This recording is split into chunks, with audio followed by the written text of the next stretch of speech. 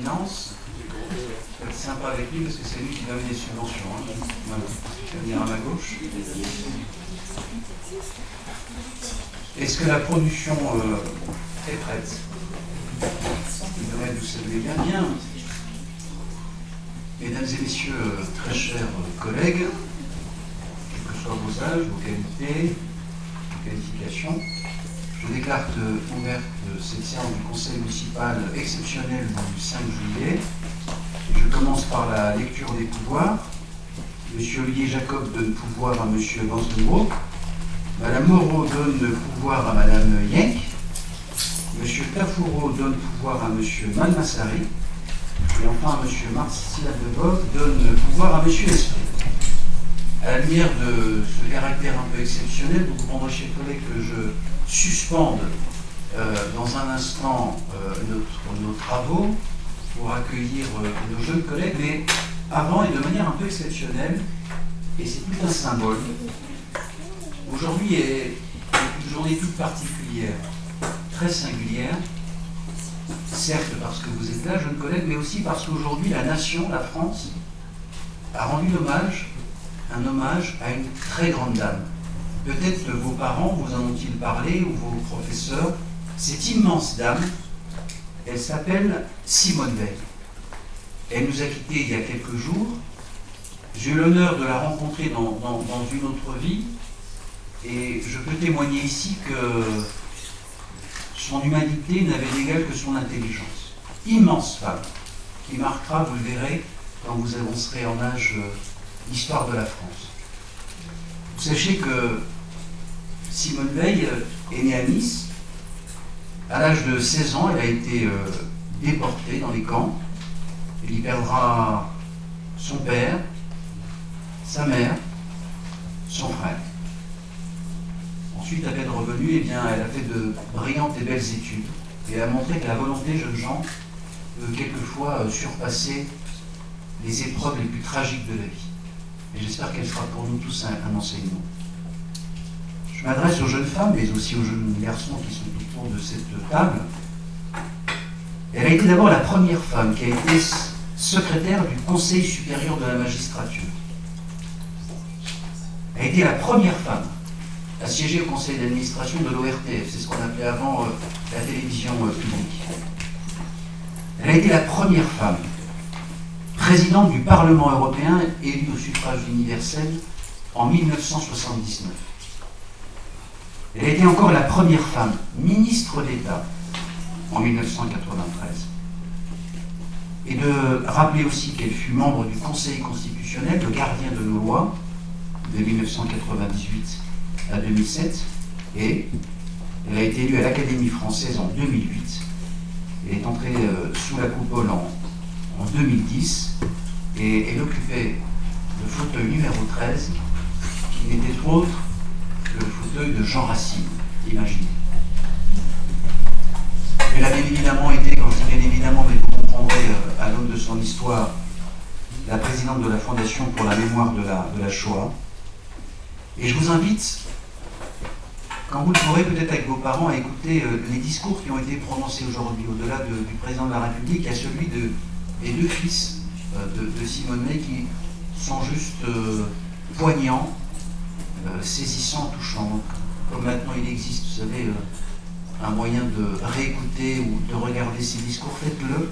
Vraiment, ça en vaut la peine. Faites-le peut-être avec vos proches qui pourront peut-être vous donner quelques clés pour comprendre ce que. Mais devant la solennité et cet espoir qu'incarnait cette femme, je vais vous demander, jeunes collègues et mesdames et messieurs, que nous puissions observer une minute de silence.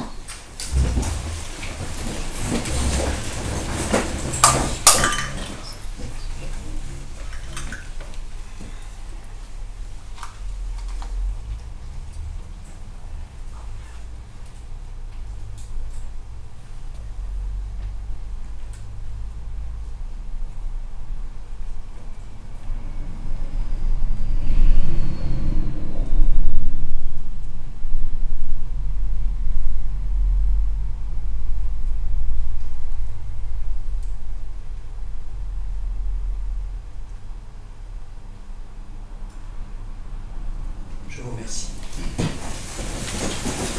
conclusion, je voudrais indiquer, parce que ça a été évoqué par plusieurs collègues du conseil municipal, donc je ne me fais que le porte-voix, je pense à Marie-Christophe qui m'a envoyé un message.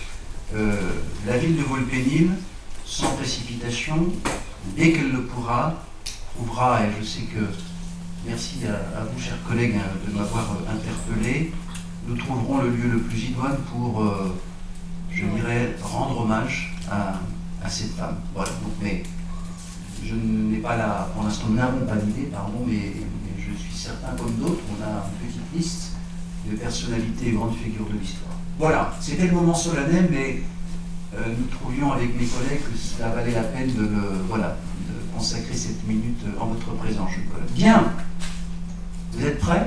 Prêts? C'est le grand oral. Je n'ai pas encore Sciences Po les nains, mais ça y ressemble.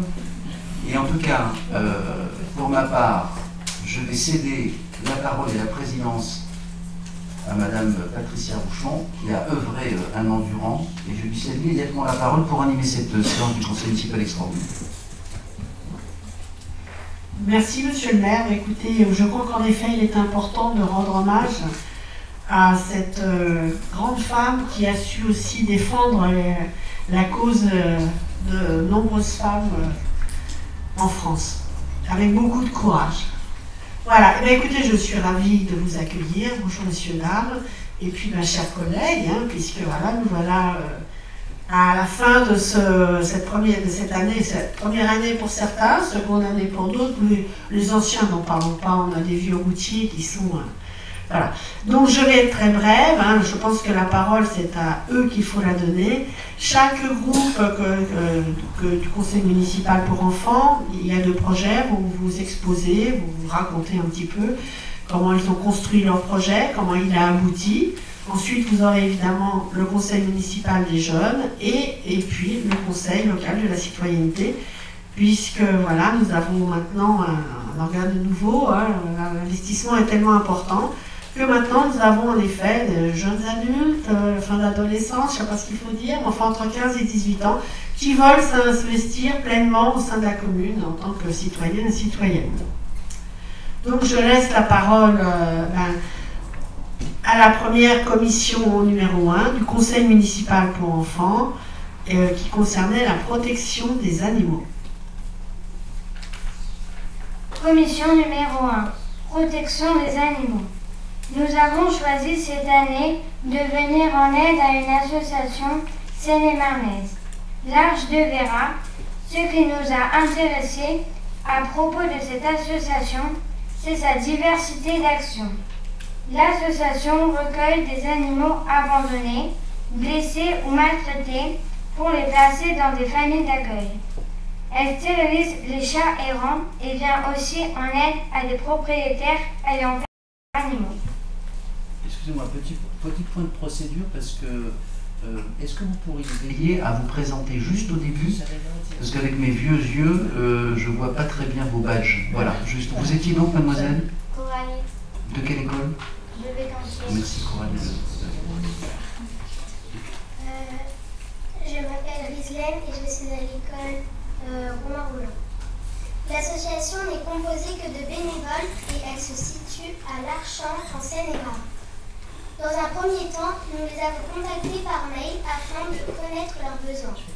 C'est à partir de ces éléments que nous avons construit le projet.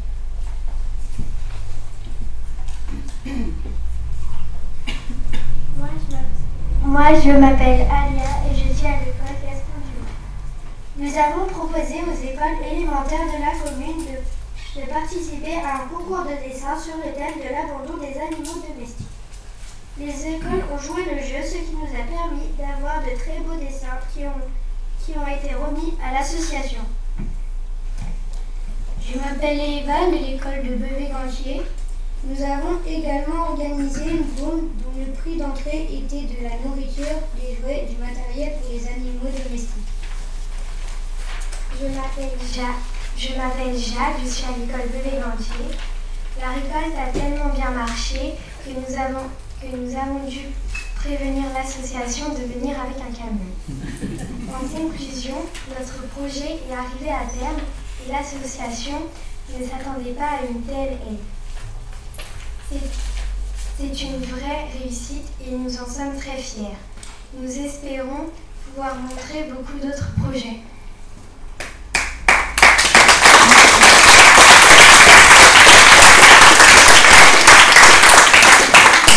Merci les enfants, et c'est vrai que je tenais à souligner que nous avons eu beaucoup de leçons de voiture, hein, tellement on a une chose à charger. La collecte a été abondante. Entre les litières, les jouets, les nourritures pour animaux, ça a été, voilà. Et nous avons passé une matinée très sympathique samedi dernier avec 2 membres de l'association, où vraiment les enfants ont pu échanger, et c'était très très sympathique, ils ne s'attendaient pas du tout à ce geste. Voilà. Donc je laisse maintenant la parole à la commission numéro 2, qui a axé plus sur son travail vers la solidarité. Je m'appelle Fleur de Romain-Roland. Nous avons décidé d'aider des enfants orphelins du Burkina Faso par le biais d'une association pénibourgeoise, Tamaillé. Cette association permet à des personnes de parrainer des enfants qui ont perdu un parent ou parfois les deux au Burkina Faso.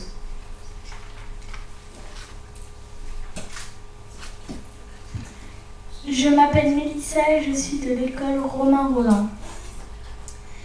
Ces enfants ont besoin d'aide matérielle car ils sont souvent accueillis par de la famille proche qui n'a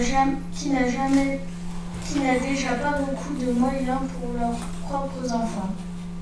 Ils sont donc considérés comme des bouches à nourrir de plus et vivent parfois des situations très difficiles. Certains sont considérés comme des domestiques de la maison. D'autres sont obligés d'aller travailler plutôt qu'à l'école. Dans ces conditions, les parents sont très utiles et représentent un soutien financier et psychologique. L'association est toujours à la recherche de parents. Nous avons donc contacté l'association et Madame Baudet est venue répondre à nos questions et nous expliquer les différentes conditions de vie entre les Burkinabés et nous. Et vous étiez là, Je m'appelle Rémi, je suis à Beuvé-Gantier. Merci. Je m'appelle Lou et je suis à Beuvé-Gantier. De cette rencontre est née l'envie de récolter de l'argent afin de faire installer des panneaux solaires près des cases et ainsi que les enfants puissent avoir l'électricité. Nous avons choisi un correspondant et c'est pour nos correspondants que nous voulions récolter cet argent. Nous avons donc pensé à la bombe et plus particulièrement à la buvette. Nous nous sommes mis à nos fourneaux ainsi que nos parents. Je m'appelle Jeanne et je suis à l'école de Gérontie. Nous avons aussi décidé de participer au Vivre-Grenier, qui est un événement qui attire beaucoup de personnes. Donc sur le gâteau, et nous en avons profité pour parler de l'association et de notre projet. Je m'appelle Sylvain et je viens de l'école Romain-Roland. Ces deux actions nous ont permis de remplir notre objectif et de récolter 615 € qui seront une première contribution pour l'achat et l'installation des panneaux solaires.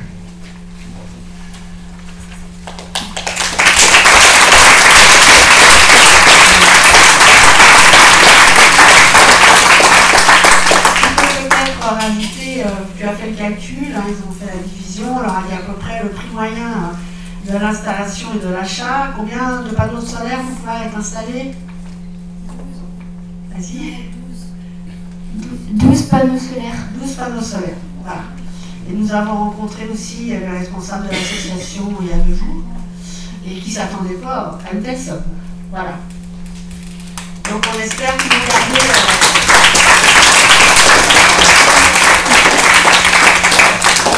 Un projet intéressant, c'est vrai, sur la solidarité, mais qui leur a permis de découvrir que le statut d'enfant n'était pas le même partout dans le monde.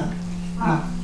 Ce qui leur a permis de relativiser aussi la distance pour aller à l'école, l'électricité qui n'existe pas pour travailler, enfin, un certain nombre de choses, pas de portable évidemment, pas d'ordinateur.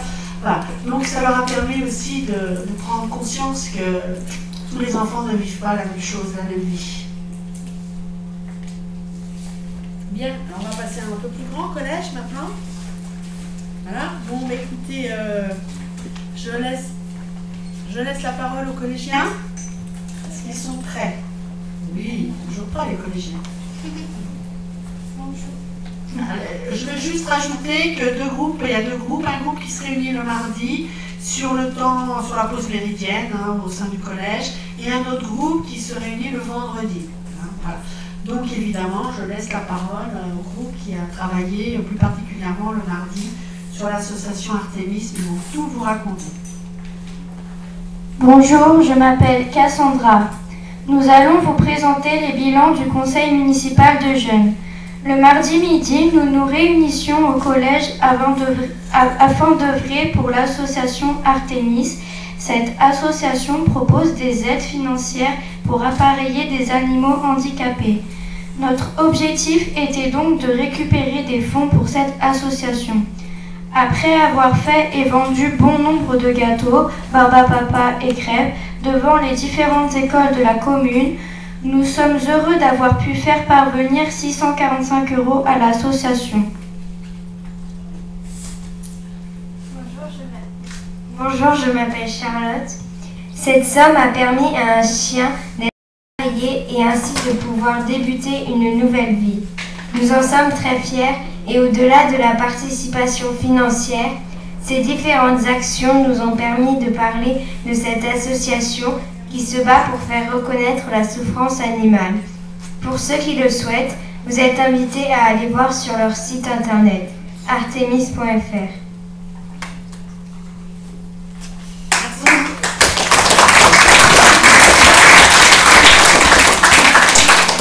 Alors maintenant, on va passer à l'atelier du vendredi.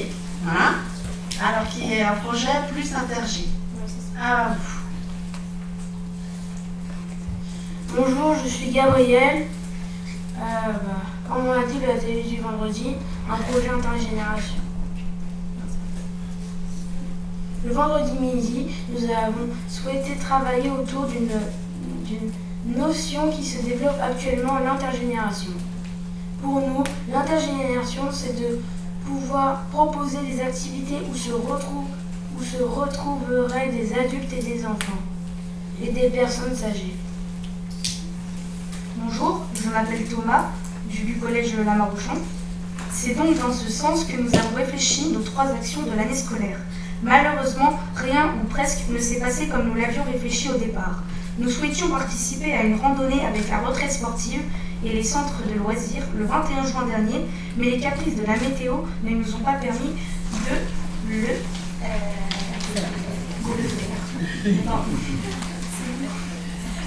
le faire. Plan alerte canicule oblige. Nous avons quand même vécu de très très bons moments lors du festival Sainte-Aglaine où nos 2 activités ont su réunir petits et grands. Fabrication d'un bac à compost et décoration de pots de fleurs pour mettre dans le jardin partagé. Enfin, bonjour, je suis Chloé. Enfin, nous souhaitions organiser un barbecue partagé, mais nous nous sommes laissés surprendre par le temps. Et donc, à défaut d'un repas, cela s'est transformé en goûter partagé qui a eu lieu hier après-midi et où nous avions passé un très bon moment.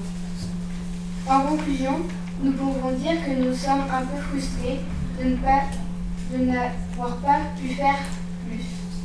Mais en même temps, contents car ce que nous avons réalisé a rempli les objectifs.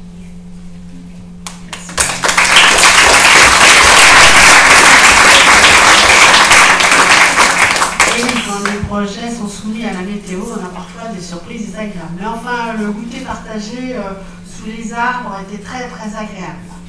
Voilà. Bien, mais maintenant nous allons passer aux grandes. Il y a des grands aussi, mais bon, hein, vous savez, les lycéens, ils sont déjà en vacances depuis un petit moment. Alors, un bilan du projet que le Conseil local de la citoyenneté tenait vraiment à réaliser, puisqu'il en avait déjà parlé en fin d'année l'année dernière. Donc, je vous laisse la parole, mademoiselle. Bonjour. Je suis Maëva du lycée de la Simon-Signoret. Durant toute l'année scolaire, nous avons travaillé sur le thème de la sécurité routière. Nous avons donc imaginé 3 scénarios qui permettraient de dénoncer des comportements à risque, aussi bien chez les piétons que chez les automobilistes. Nous sommes donc improvisés tour à tour, scénaristes, producteurs et acteurs. Bonjour, je m'appelle Aurélie, aussi au lycée Simone Signoret. Le film a été tourné avec l'aide des sapeurs-pompiers du centre de Volpénil qui ont apporté de la crédibilité à notre film. Merci à eux de nous avoir donné du temps et de la bonne humeur. Nous avons réalisé les différents plans du film sur une journée et nous sommes aperçus qu'on ne s'improvise pas forcément acteur et caméraman. Le film est actuellement en cours de montage et devrait être prêt début septembre. Nous espérons pouvoir l'exploiter dans les différents établissements de la commune lors de journées de sensibilisation. Nous sommes très contents d'être arrivés au bout de ce projet.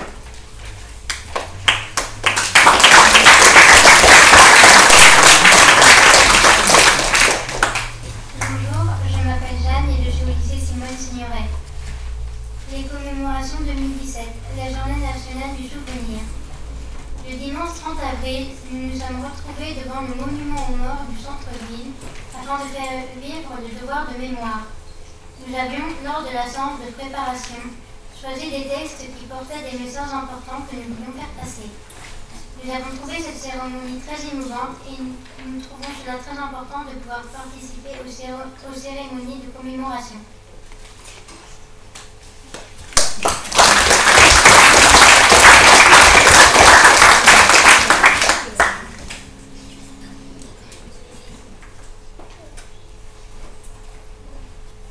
Bonjour, je m'appelle Elona, je suis l'école Gaston Dumont. Le lundi 8 mai, nous, les enfants du conseil municipal d'enfants, nous sommes retrouvés afin de participer à la commémoration de la fin de la Seconde Guerre mondiale. Bonjour, je m'appelle Annick et je suis à Romain-Roland. Nous avions pour cette cérémonie écrit un texte qui représentait le message que nous souhaitions faire passer en tant que jeunes conseillers.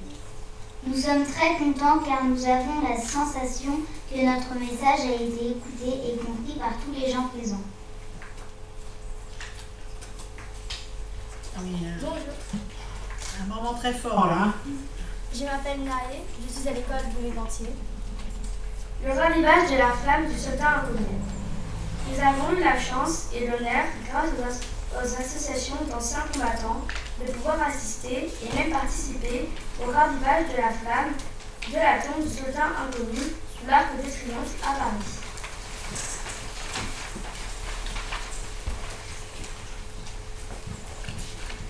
Bonjour, je m'appelle Naël, je suis à Gaston Dumont. Cela resta pour nous une grande expérience inoubliable. Certains d'entre nous ont déposé une gerbe de fleurs sur la tombe, d'autres ont ravivé la flamme. Nous étions aux premières loges, nous avons été particulièrement impressionnés par le protocole, par la présence d'un orchestre et la remontée des Champs-Élysées. Bonjour, je m'appelle Sarah et je suis à Gaston Dumont. Nous tenons à remercier tous ceux qui ont permis que cette sortie ait lieu. Nous n'oublierons jamais ce moment. Merci à tous.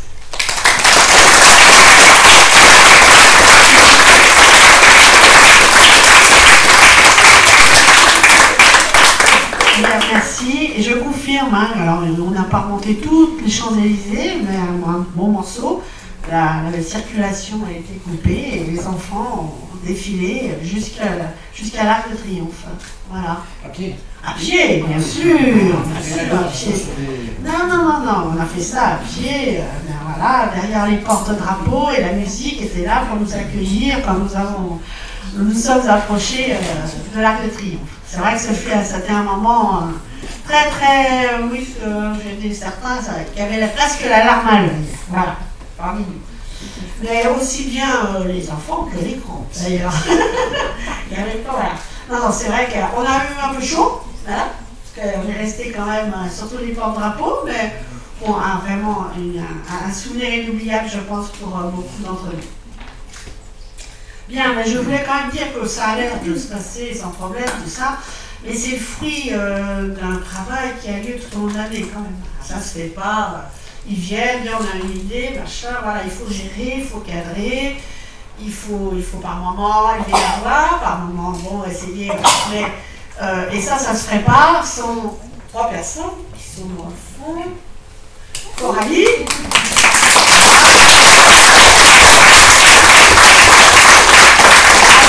Après,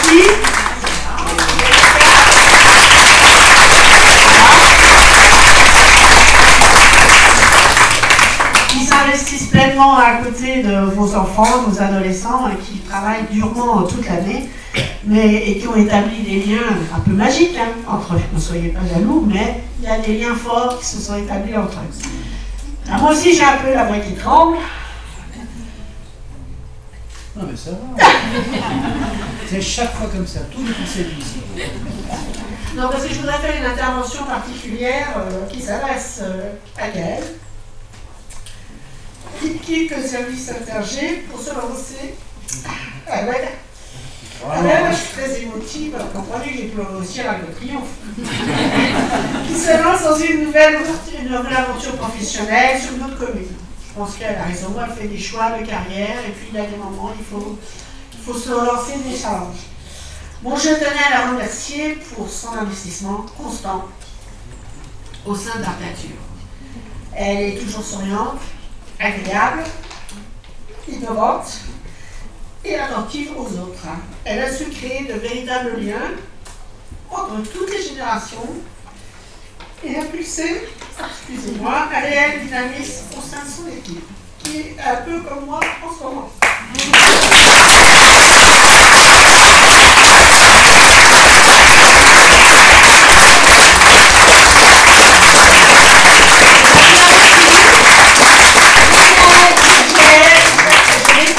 Moi aussi, le conseil municipal pour enfants, le conseil des jeunes et tout ça, avec elle. Elle a guidé les premiers pas. Les enfants et moi-même, on te souhaite la pleine réussite de ton nouveau projet.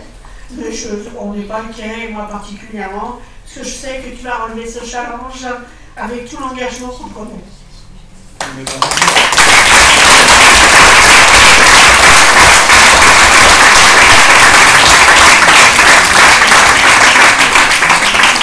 Monsieur le maire, j'ai assez pleuré. À vous.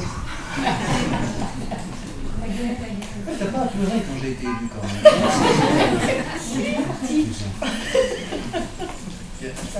Je reprends la main. Je m'associe. 1, 2. C'est bon. C'est bon? Je m'associe pleinement à ce concert de louanges avec... mais ça, c'est l'expérience. Moi, j'arrive à me retenir de ne pas pleurer.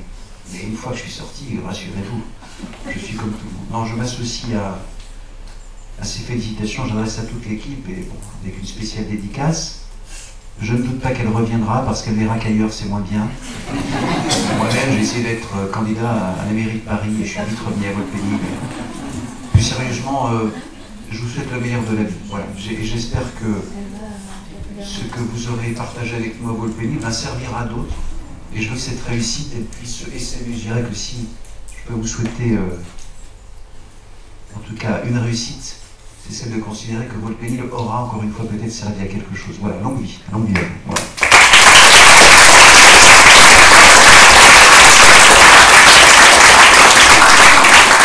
Mais rassurez-vous, nous saurons relever le défi de votre absence, comme il se doit, car c'est notre devoir.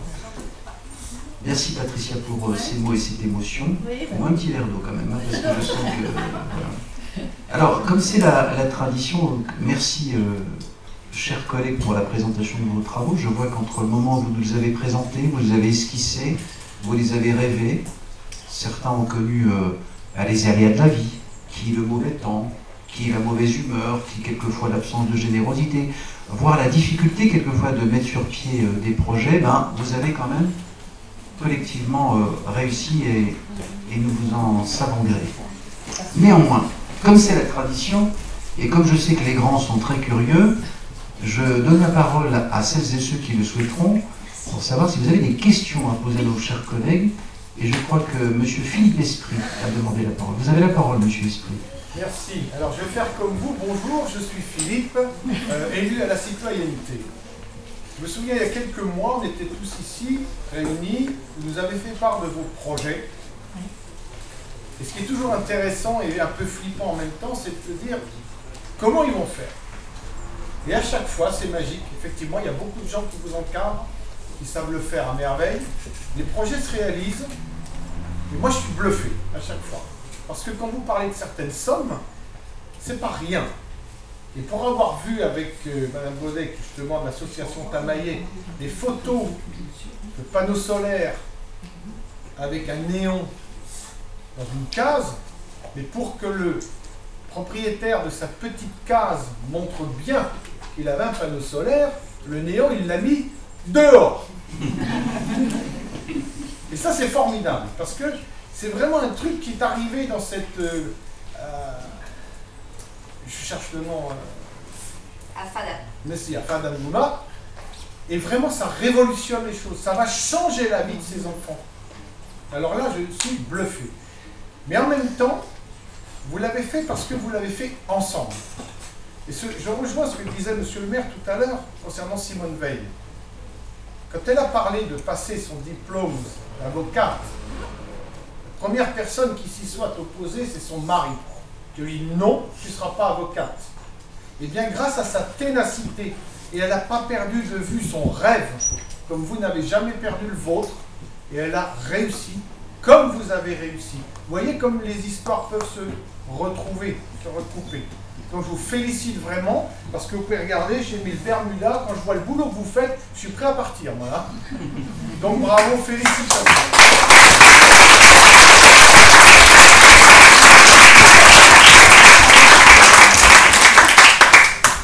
Vous avez remarqué, il n'y avait pas de questions. Mais c'était un beau compliment, un très beau compliment. Y a-t-il des questions? Alors moi je vais vous en poser une, chers collègues, vous connaissez, hein, j'en ai toujours mis dans ma besace. On se parle free, quoi, hein, on se dit les choses. Alors, est-ce que parmi vous pouvez me dire ceux qui considèrent qu'il y a eu des difficultés? Alors c'était quoi les difficultés en particulier pour avancer? Ou là où vous avez été surpris dans le bon sens, il y a des choses qui ont permis d'accélérer. En fait, qu'est-ce que vous tirez comme enseignement? Et si vous aviez à recommencer, comment vous feriez la prochaine fois? Je vous en prie, chers collègues. Alors, nous on a été surpris par le temps parce qu'on avait plein de beaux projets, on voulait tous les réaliser, mais au final en fait on n'en a fait qu'un parmi ceux qu'on voulait faire, et on a réussi à se rattraper par un autre. Donc je pense que l'année prochaine, soit on fait autrement, ou si on fait pareil, il faudra peut-être sûrement pas prendre des projets énormes ou prendre du recul et se dire faut voir si c'est possible ou pas. Enfin, parce qu'on c'est vrai qu'on a été beaucoup déçus du fait d'avoir pas pu faire certaines actions. C'est court l'année scolaire. C'est très court l'année scolaire. D'accord. Est-ce que d'autres témoignages, je vous en prie, chers collègues? Moi, personnellement, ça m'a pas beaucoup posé de problème. Quand il fait chaud et quand on est dans une salle assez petite, on pense à ce qu'on va faire pour eux, qui ne vivent pas comme nous, qui n'ont pas les mêmes moyens que nous. Et je suis émue de notre réussite.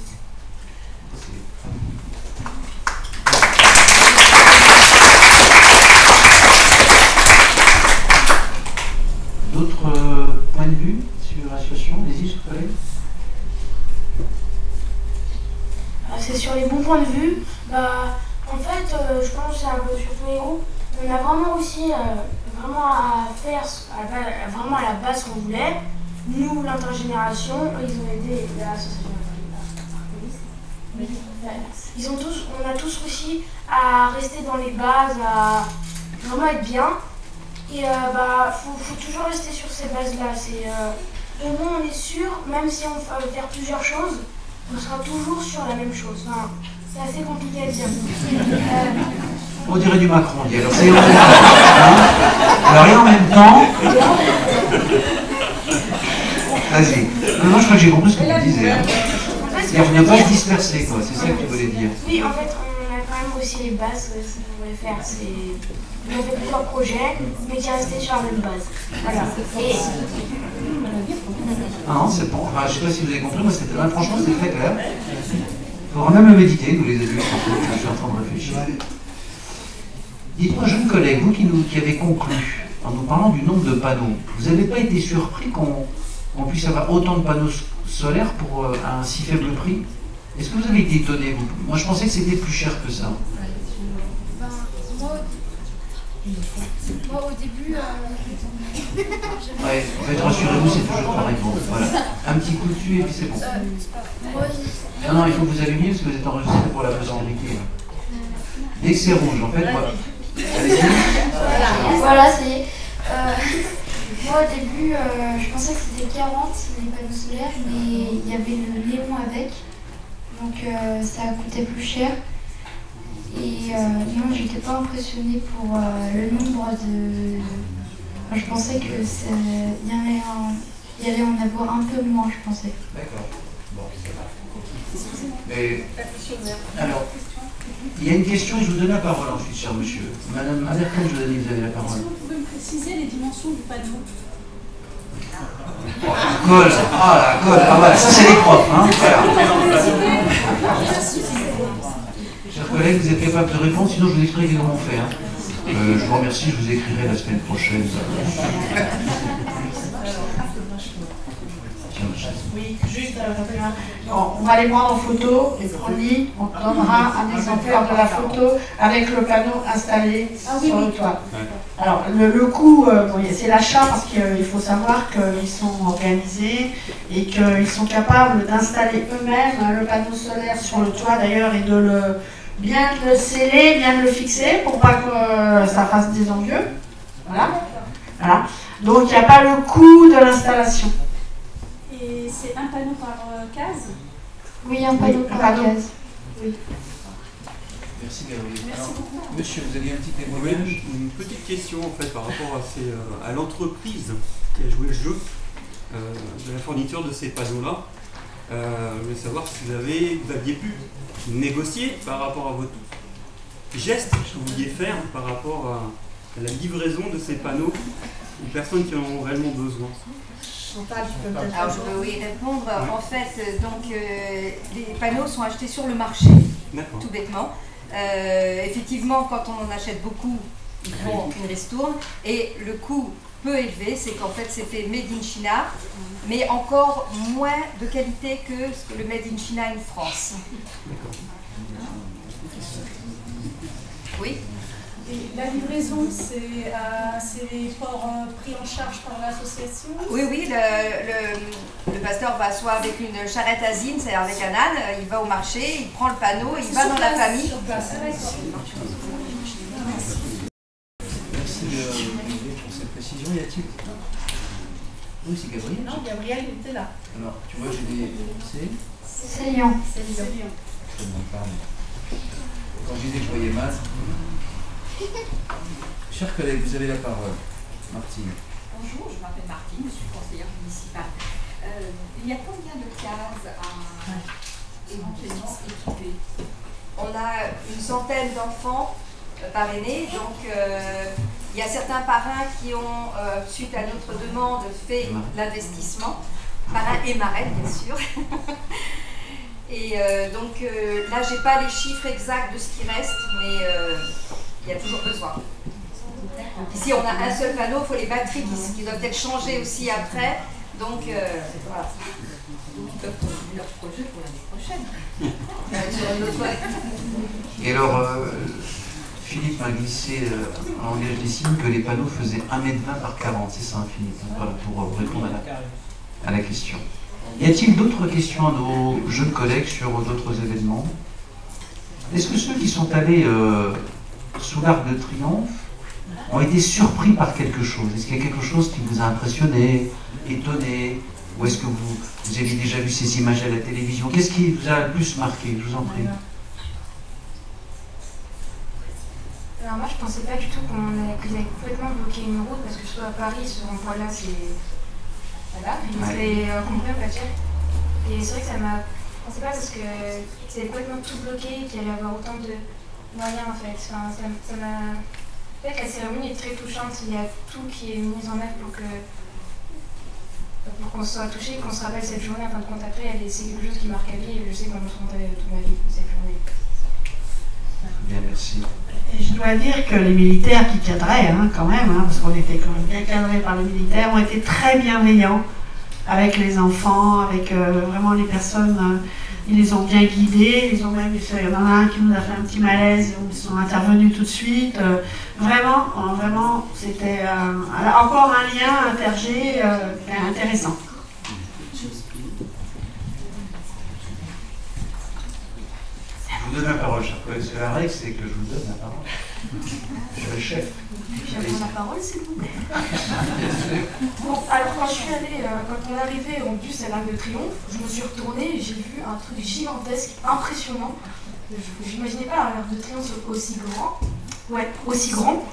Et aussi j'ai été surpris, enfin pas surpris, mais je me suis dit, quand on est arrivé en dessous, qu'ils ont commencé la commémoration, j'ai trouvé ça incroyable, le fait qu'on honore quelqu'un qu'on ne connaît pas, mais que vu que c'est un soldat, il représente tous les soldats. Lui-même, qu'on ne connaît pas, il représente tout le monde. Et moi j'ai trouvé ça incroyable. Alors, je me suis dit... Merci pour ce témoignage. Moi j'ai une question aussi pour nos jeunes collègues qui se sont préoccupés du sort des animaux. Comment vous allez faire après? Est-ce que vous allez chercher à rester en contact? Est-ce que vous avez déjà pris un rendez-vous? Comment vous imaginez la suite de votre belle action, pour ceux qui ont décidé de le faire ou pas? Qui veut prendre la parole? Non? Oui, allez, j'ai un témoignage.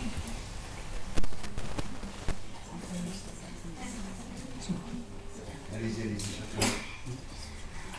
En fait, on a discuté ensemble pour envoyer un mail à l'association. Et Coralie, elle avait appelé un bénévole de cette association. Comme ça, on a pu rentrer en contact avec eux. Et comment dire on a fait des dessins pour cette association. Ils ont été très touchés par qu'on les aide en fait. Voilà. Oui, non, mais voilà, c'était un peu le sens de la question. Et vous, après, vous avez envie de continuer à garder la relation ou pas, d'une manière ou d'une autre, d'aller les voir un jour, si vous pouvez les rencontrer Ils sont très loin. En fait, c'est qu'ils sont dans les Alpes-Maritimes, donc c'est un peu compliqué. Ah ouais, j'aurais mieux fait de pas poser la question. Ça sent le bus. Non, mais c'est vraiment loin, puis Internet, c'est vachement bien. Non, en plus, mais le hasard d'un voyage, peut-être, fait qu'on peut peut-être y aller. Alors dites-moi, et pour celles et ceux, enfin celles surtout, là, qui sont en train de produire et inquiètent Spielberg, ce film, quand fera-t-il sa première sortie mondiale? La première sortie, on ne sait pas encore, parce que pour l'instant il est en montage, mais je pense que dans pas longtemps, à la rentrée, il sera à la rentrée. D'accord, à la rentrée, donc on pourra envisager de diffuser sur tous les écrans de Volpénil. Tout à fait. Voilà. Très bien. On fera une avant-première au cinéma, comme on avait fait l'engagement ici. Oui, et monsieur le maire, elles ont aussi l'intention, après qu'ils soient projetés ou visionnés par les élèves des écoles, d'animer aussi un débat et d'animer une séance afin de travailler un peu plus en profondeur les risques liés au déplacement dans une ville. Bien sûr. Écoutez, vos conseils seront les bienvenus. Il faut toujours être modeste en la matière. Hein. Il faut toujours être attentif. On essaie de faire au mieux, c'est pas parfait, mais n'hésitez pas à nous tirer l'oreille quand vous voyez qu'on peut améliorer les choses. Est-ce qu'il y a d'autres questions? Je vous en prie, chers collègues. J'ai une question pour le film. Il va passer au cinéma de Volpénil.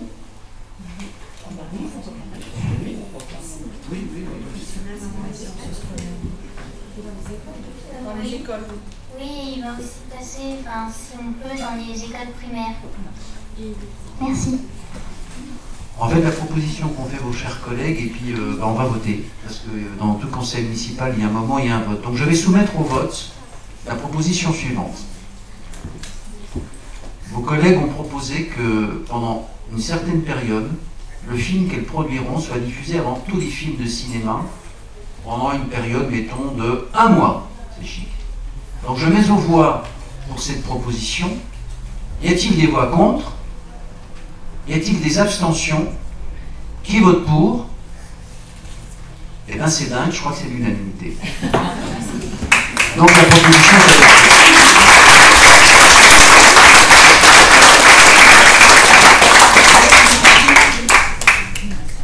Bien, bah écoutez, comme les grands s'impatientent, et que nous avions dit que nous serions peut-être 1 mois, donc je conclus, ma chère Patricia. Oui, bah écoutez, vous avez vu cette belle tablée qu'on a, des enfants qui ont grandi, qui ont mûri tout au long de l'année, qui arrivent à se projeter du CM1 maintenant jusqu'en seconde, première, terminale. Donc c'est tout l'intérêt de ce travail qui est fait au sein de la commune. Et je dois dire que j'éprouve un grand plaisir et que j'apprends aussi beaucoup à leur côté. Et j'espère que vous avez vu la qualité des prestations. J'espère qu'on va pouvoir continuer encore longtemps à travailler ensemble. Merci à vous et je vous remercie et je vous félicite.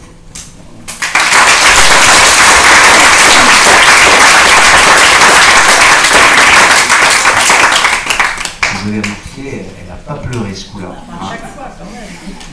Avant de conclure, chers collègues, je voudrais juste vous faire partager une lettre qui, même si elle m'est adressée, s'adresse quand même à Madame Yek, qui dans l'ombre fait ce travail autour des commémorations et en lien avec d'autres de nos collègues, parce que nous avions avec Colette adressé un petit mot. C'est elle qui a fait la lettre, hein, mais moi je la signe, c'est comme d'habitude. Mais je voudrais vous la faire partager parce qu'elle s'adresse à vous toutes et à vous tous, et je ne doute pas que l'année prochaine, peut-être nous élargirons le spectre de celles et ceux qui peut-être pourront aller sur l'Arc de Triomphe pour lire ce grand moment. Oui, moi-même je ne suis jamais allé, et en vous écoutant, je me dis quand même, il ne faut pas mourir idiot, ça vaut peut-être le coup que je m'organise ou je m'en rapproche. Alors, voilà cette lettre que je voudrais vous faire partager. Monsieur le maire, madame le maire adjoint, ils ont été sensibles à notre lettre de remerciement. Elle nous va droit au cœur. Et donc elle vient du Souvenir français, pardon, c'est une lettre du Souvenir français. Elle nous encourage et nous honore très sincèrement de nos actions que nous menons auprès des jeunes, qui deviendront pour certains des dirigeants du pays. Il est très important pour eux qu'ils connaissent son passé, le passé de notre belle patrie, la France, afin que notre démocratie puisse conserver toutes ses libertés. Sachez que l'action que nous avons menée auprès d'eux, c'est aussi celle de toute une équipe. Je ne suis pas seul à décider, je suis entouré de membres qui constituent un conseil du comité. Ce courrier leur est également destiné et leur sera lu. Mais elle est aussi le troisième volet de nos missions de l'association de souvenirs français, qui est de transmettre le flambeau aux jeunes générations successives en leur inculquant, par le maintien du souvenir, le sens du devoir, l'amour de la patrie et le respect de ses valeurs. Voilà. Et c'est signé Jean-Claude Tanazac, qui est pour le président du conseil du comité Belin-Val de Seine du souvenir français. Voilà. Et cette lettre, je demanderai à nos chères collaboratrices, en tout cas celles qui restent, de bien vouloir l'échanger avec vous par mail. Alors, puisqu'il m'appartient de conclure, je voudrais former un vœu et vous rappeler une phrase. J'ai commencé j'aurais pu citer Simone Veil, et puis il y a une phrase que peut-être vous avez déjà entendue, ou bien que vos parents partageaient avec vous, vous apprendrez peut-être un jour à l'école, qui était d'un ancien président américain, qui s'appelait Kennedy. Alors il y a une fin un peu tragique, mais il a eu ces mots, et je pense qu'elle inspire les grands que nous sommes, mais elle doit inspirer les petits que vous êtes, qui est assez connu, qui est: avant de demander à l'Amérique ce que peut faire pour toi, demande-toi ce que tu peux faire pour l'Amérique. Ben, d'une certaine manière, en vous écoutant encore ce soir, j'ai le sentiment que vous faites beaucoup pour Volpeni.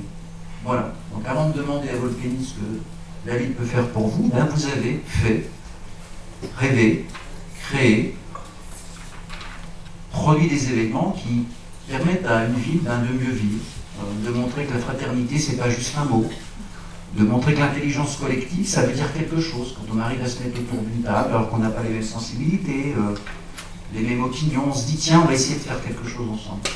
Et je le dis sans nous payer de mots, je pense par le nom de nos collègues, nous sommes assez impressionnés, chaque année, de voir que vous êtes capable de réaliser vos projets et vos rêves. Donc, à ce titre, sachez que le conseil municipal vous remercie et vous invite à continuer. Parce que j'ai entendu ce soir souvent le mot beau souvenir ou marquant. Donc j'espère que ce que vous avez vécu là fera partie des beaux souvenirs de votre vie. Mais que ces beaux souvenirs vous invitent à agir, où que vous soyez, avec votre voisine, votre voisin, dans une association, dans un logement à l'école, bref.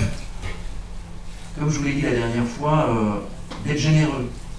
d'être tolérant, d'être attentif aux autres. Voilà. Et c'est la leçon, j'espère, que nous tirons collectivement. Et puisque nous sommes à la veille d'un événement mondial, donc demain, j'espère vous voir au cinéma en plein air au château de Volpénil. Il y a un karaoké géant à partir de, je crois, 21h30 où Patricia Rochon va interpréter une chanson de Michel Delpech et ensuite de Jodassin. Oui, bien sûr. Et ensuite, vous avez un très beau film. Alors, ils vont se coucher un peu tard, hein, chers parents, mais bon, une fois, c'est bientôt la fin de l'année, qui s'appelle Chantons sous la pluie. Et si vous êtes sages, je ferai les derniers pas du film, en dansant. Sur ce, chers collègues, merci d'avoir passé ce long moment avec nous, et je vous souhaite à toutes et à tous de très belles vacances. Merci beaucoup.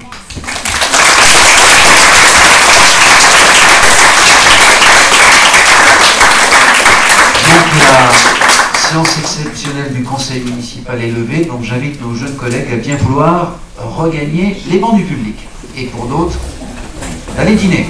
Voilà, merci aux parents, aux collaboratrices qui ont pris ce temps et d'assister à nos travaux. Et j'invite ensuite le conseil municipal des Grands à bien vouloir s'installer. Bien, nous allons reprendre nos travaux. Je vérifie juste que le quorum est atteint.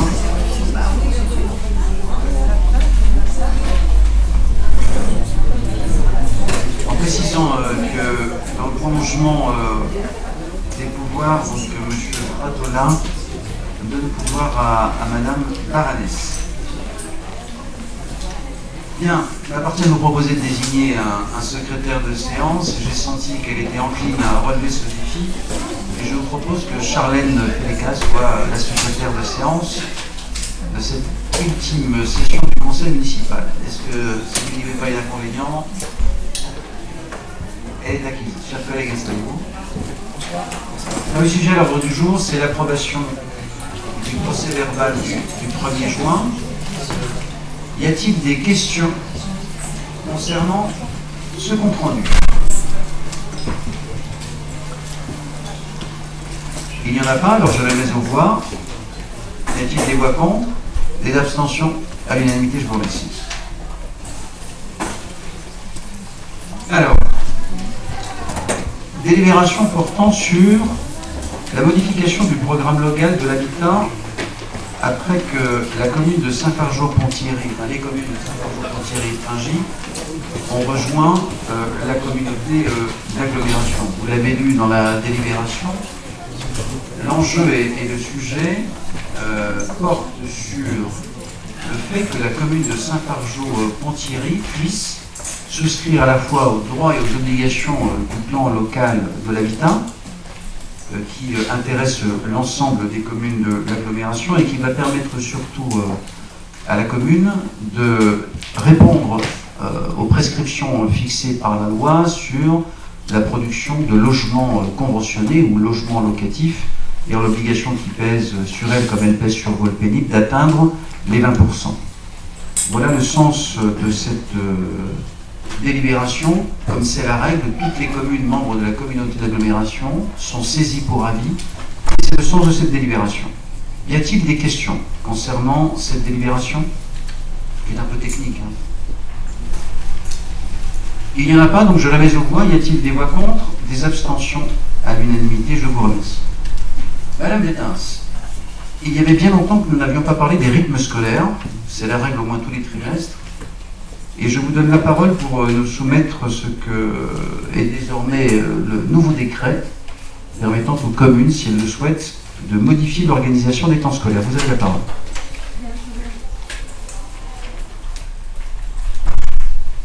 Je vous remercie. Donc, je vais peut-être commencer par faire remarquer aux conseillers élus qui sont ici que nous avons dû apporter un complément d'information concernant des horaires qui sont normalement spécifiques à l'école maternelle Jean-Robert Rochon et l'école élémentaire Veuve-Gantier. Juste pour rappel, et pour des personnes éventuellement qui ont des enfants et qui ont fréquenté ou qui fréquentent ces deux établissements, depuis quelques années, nous faisons un décalage d'entrée et de sortie entre ces deux écoles. Et ce décalage portait uniquement sur la partie matinée. C'est-à-dire que nous avions Beauvais-Gantier qui entrait avant 8h30 et Jean-Robert Rouchon qui entrait avant 8h40 et qui sortait avec ce décalage, Rouchon midi 10 et Beauvais-Gantier midi. Maintenant, il y a eu une entente entre les deux établissements pour que l'on étende ce décalage à l'après-midi. Donc, ça veut dire que Beauvais-Gantier verra ses enfants, enfin, verront comme vous voulez, les élèves entrer avant 14h, et non, Beauvais-Gantier avant 14h10 et Rouchon avant 14h, et pareillement, Beauvais-Gantier finira à 16h40 et Jean-Robert Rouchon finira à 16h30. Après, c'est une réflexion entre enseignants, réflexion unanime qui a été validée au Conseil des maîtres hier. Ce qui explique que nous n'avons pas eu le temps matériel de l'écrire et aussi nous devions consulter nos équipes d'animateurs. Donc, comme tout le monde était d'accord sur le principe, donc ce soir, je demande juste qu'on puisse prendre acte de ce décalage qui touche maintenant l'après-midi avec une inversion des horaires suivant le cas. Ça, c'est la première chose. Donc maintenant, il y a des conséquences bien sûr dans les modifications qui sont écrites dans nos délibérations. Donc juste pour vous rappeler, dernier conseil municipal ont été validées des grilles de temps scolaire sur lesquelles donc nous pensions tourner une page dans cette réforme des rythmes scolaires. Et il se fait que par le jeu de l'actualité, et aussi de ce que M. Blanquer a annoncé, c'est-à-dire qu'il ne revenait pas sur ce dossier de réforme et de rythme scolaire, mais il comprenait que l'on puisse donner une certaine liberté aux municipalités qui, évidemment, depuis 3 ans, voire 4 ans pour certaines, ont des difficultés à organiser au quotidien. De la même façon, les enseignants aussi n'ont pas trouvé leur marque, enfin les équipes de notre ville ont eu du mal à trouver leur marque dans ces différentes grilles de temps scolaire. Et la communauté également de parents d'élèves, représentés par les deux associations, ont fait remonter des informations qui nous ont menés à consulter l'ensemble de nos partenaires là, dans les 3 semaines qui viennent de se dérouler. Donc maintenant, pour en venir au texte de la modification que je vais vous lire, et compte tenu de ce que je viens de vous expliquer, je vais dire que compte tenu des différents retours des partenaires concernés par la réforme des rythmes scolaires et de la modification de l'organisation de la semaine scolaire rendue possible par le décret 2017-1108 du 27 juin 2017 relatif aux dérogations à l'organisation de la semaine scolaire dans les écoles maternelles et élémentaires publiques, il est proposé de modifier et de soumettre pour autorisation de la direction académique des services de l'éducation nationale l'emploi du temps de la semaine scolaire applicable à compter du 4 septembre 2017 de la manière suivante, à savoir 8, je prononce à la belge parce que j'ai quelques difficultés avec les 8, donc 8 demi-journées d'enseignement par semaine,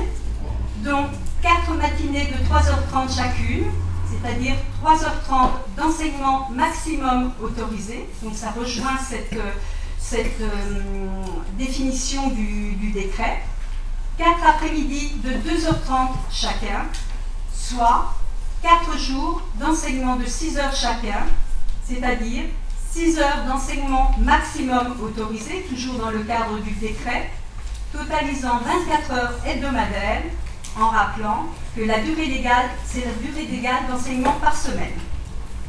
Donc, je vous propose de valider si vous voulez. Soit j'ai juste une petite question. Oui. Permettez-moi juste d'organiser le débat, chers collègues, comme je fais avec nos jeunes amis. Vous en avez terminé, Madame Bétain, sur la présentation? Oui, pour le moment, oui. Parfait. Excusez-moi, Monsieur le maire. Vous avez la parole. Est-ce que tu pourrais juste repréciser les horaires de Bavé-Gantier élémentaire, s'il te plaît? Donc, voilà. Donc là, c'est une mise à jour qui a été faite, que nous n'avons pas forcément dans nos dossiers d'élus. Donc, l'école commencera de façon générale à 8h30 pour se terminer à 12h. Ça, c'est la matinée, sauf pour Jean-Robert Rouchon, qui commencera à 8h40 pour se terminer à 12h10. Le complément d'information que je vous ai donné en préambule concerne donc... Alors, nous avons la pause méridienne qui est ramenée à 2h. Ensuite, 14h à Jean-Robert Rouchon pour l'entrée des enfants, des petits, les 3 sections confondues, et une sortie à 16h30. Et Bavé-Gantier se verra avec des horaires allant de 14h10 pour se terminer à 14h40, ce qui permet 16h40, ce qui permet ce décalage pour les fratries dont les parents sont amenés à aller de l'un à l'autre, les matins et après-midi.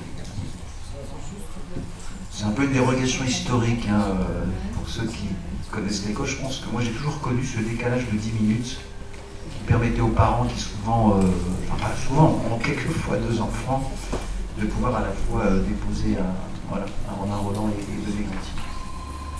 Est-ce qu'il y a d'autres questions, chers collègues, concernant donc, la proposition de Françoise Détens? Je veux dire ici que ça s'est fait de manière un tout petit peu précipitée, mais ça n'a rien enlevé quand même à la qualité des débats. Je le dis ici et je veux les saluer, non le président, mais en tout cas, ils ont joué le jeu, les représentants des parents d'élèves. Je pense qu'une fois encore, on a eu une discussion assez franche.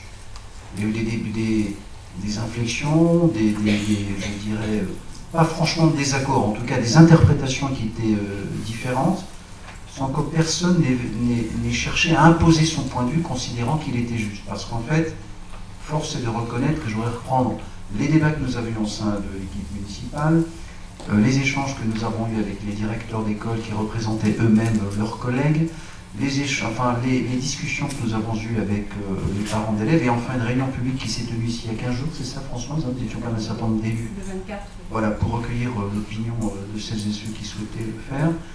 C'est qu'au final, au risque de vous étonner, nous ne sommes pas certains de prendre la meilleure des décisions. Parce qu'en fait, il y a un débat sur ce que serait la meilleure manière, je dirais, d'organiser le temps des enfants. Donc vraiment, celui qui considère qu'il a la vérité se trompe, les témoignages sont tellement divers qu'elle invite plutôt à de la modestie en la matière.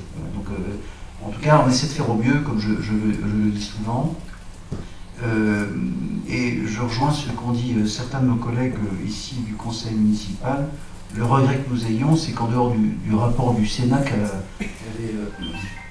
qu'avait partagé Mme Berkane-Joudani, on regrette qu'il n'y ait pas eu une évaluation dans le temps long qui permit de vérifier ce qui était juste ou pas juste. D'autant, je crois, que la ville de Vaux-le-Pénil a fait beaucoup d'efforts et a investi du temps, pardon, de l'argent, de l'énergie, un peu d'intelligence, avec chaque fois l'exigence de sécurité que nous devons aux parents et aux enfants. Fort heureusement, tout s'est bien passé. Et je dirais un progrès global sur le contenu, je dirais des animations qui ont été proposées aux enfants. Voilà. C'était d'inégale valeur, comme dans la vie, mais on peut dire que globalement, l'ensemble de nos collaborateurs ont progressé. Mais c'est vrai que la situation devenait un peu tendue parce que ça nous obligeait à des organisations d'emploi du temps qui étaient un peu chaotiques, voilà, et qui auraient pu avoir des risques sur la sécurité des enfants. Je veux dire ici qu'il y a eu quasi unanimité d'un point de vue des enseignants qui souhaitaient vivement revenir aux 15 jours. Et je vais reprendre les mots de Madame Fournier, qui dans un débat avait dit, en fait, s'il y a une chose positive qu'on peut retenir en venant aux 15 jours, c'est qu'on va retrouver de la sérénité. Je pense que l'ensemble de la communauté éducative, mais aussi des services de la ville, souhaitent revenir à de la sérénité, même si le système n'est pas parfait. Et les parents, lorsqu'ils ont été quasiment tous consultés, à leur très grande majorité, avec des participation assez élevées, en général autour de 75%. Je ne crois pas trahir la vérité, on voit qu'environ 80% des parents souhaitaient revenir aux 4 jours. Après, et c'est la position de Françoise, en tout cas celle qu'elle nous soumet aujourd'hui, même s'il y a entre nous des débats, hein, il faut le dire.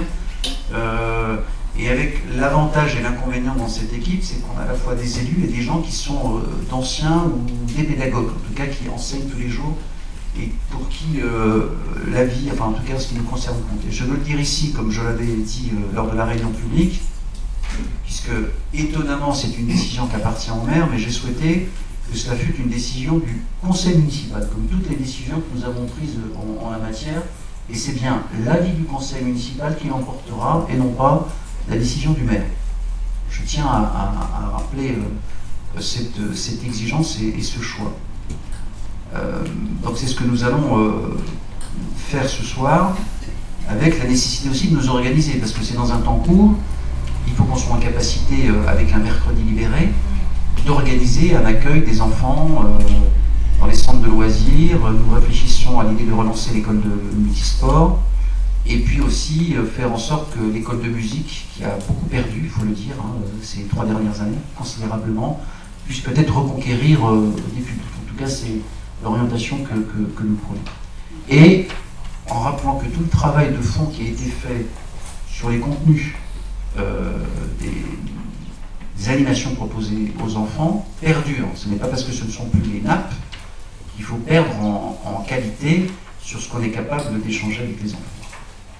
Donc merci aux représentants des parents d'élèves, merci aux enseignants, car à la fin, à titre personnel, c'est l'opinion des enseignants qui m'a conduit à recommander de passer aux 4 jours.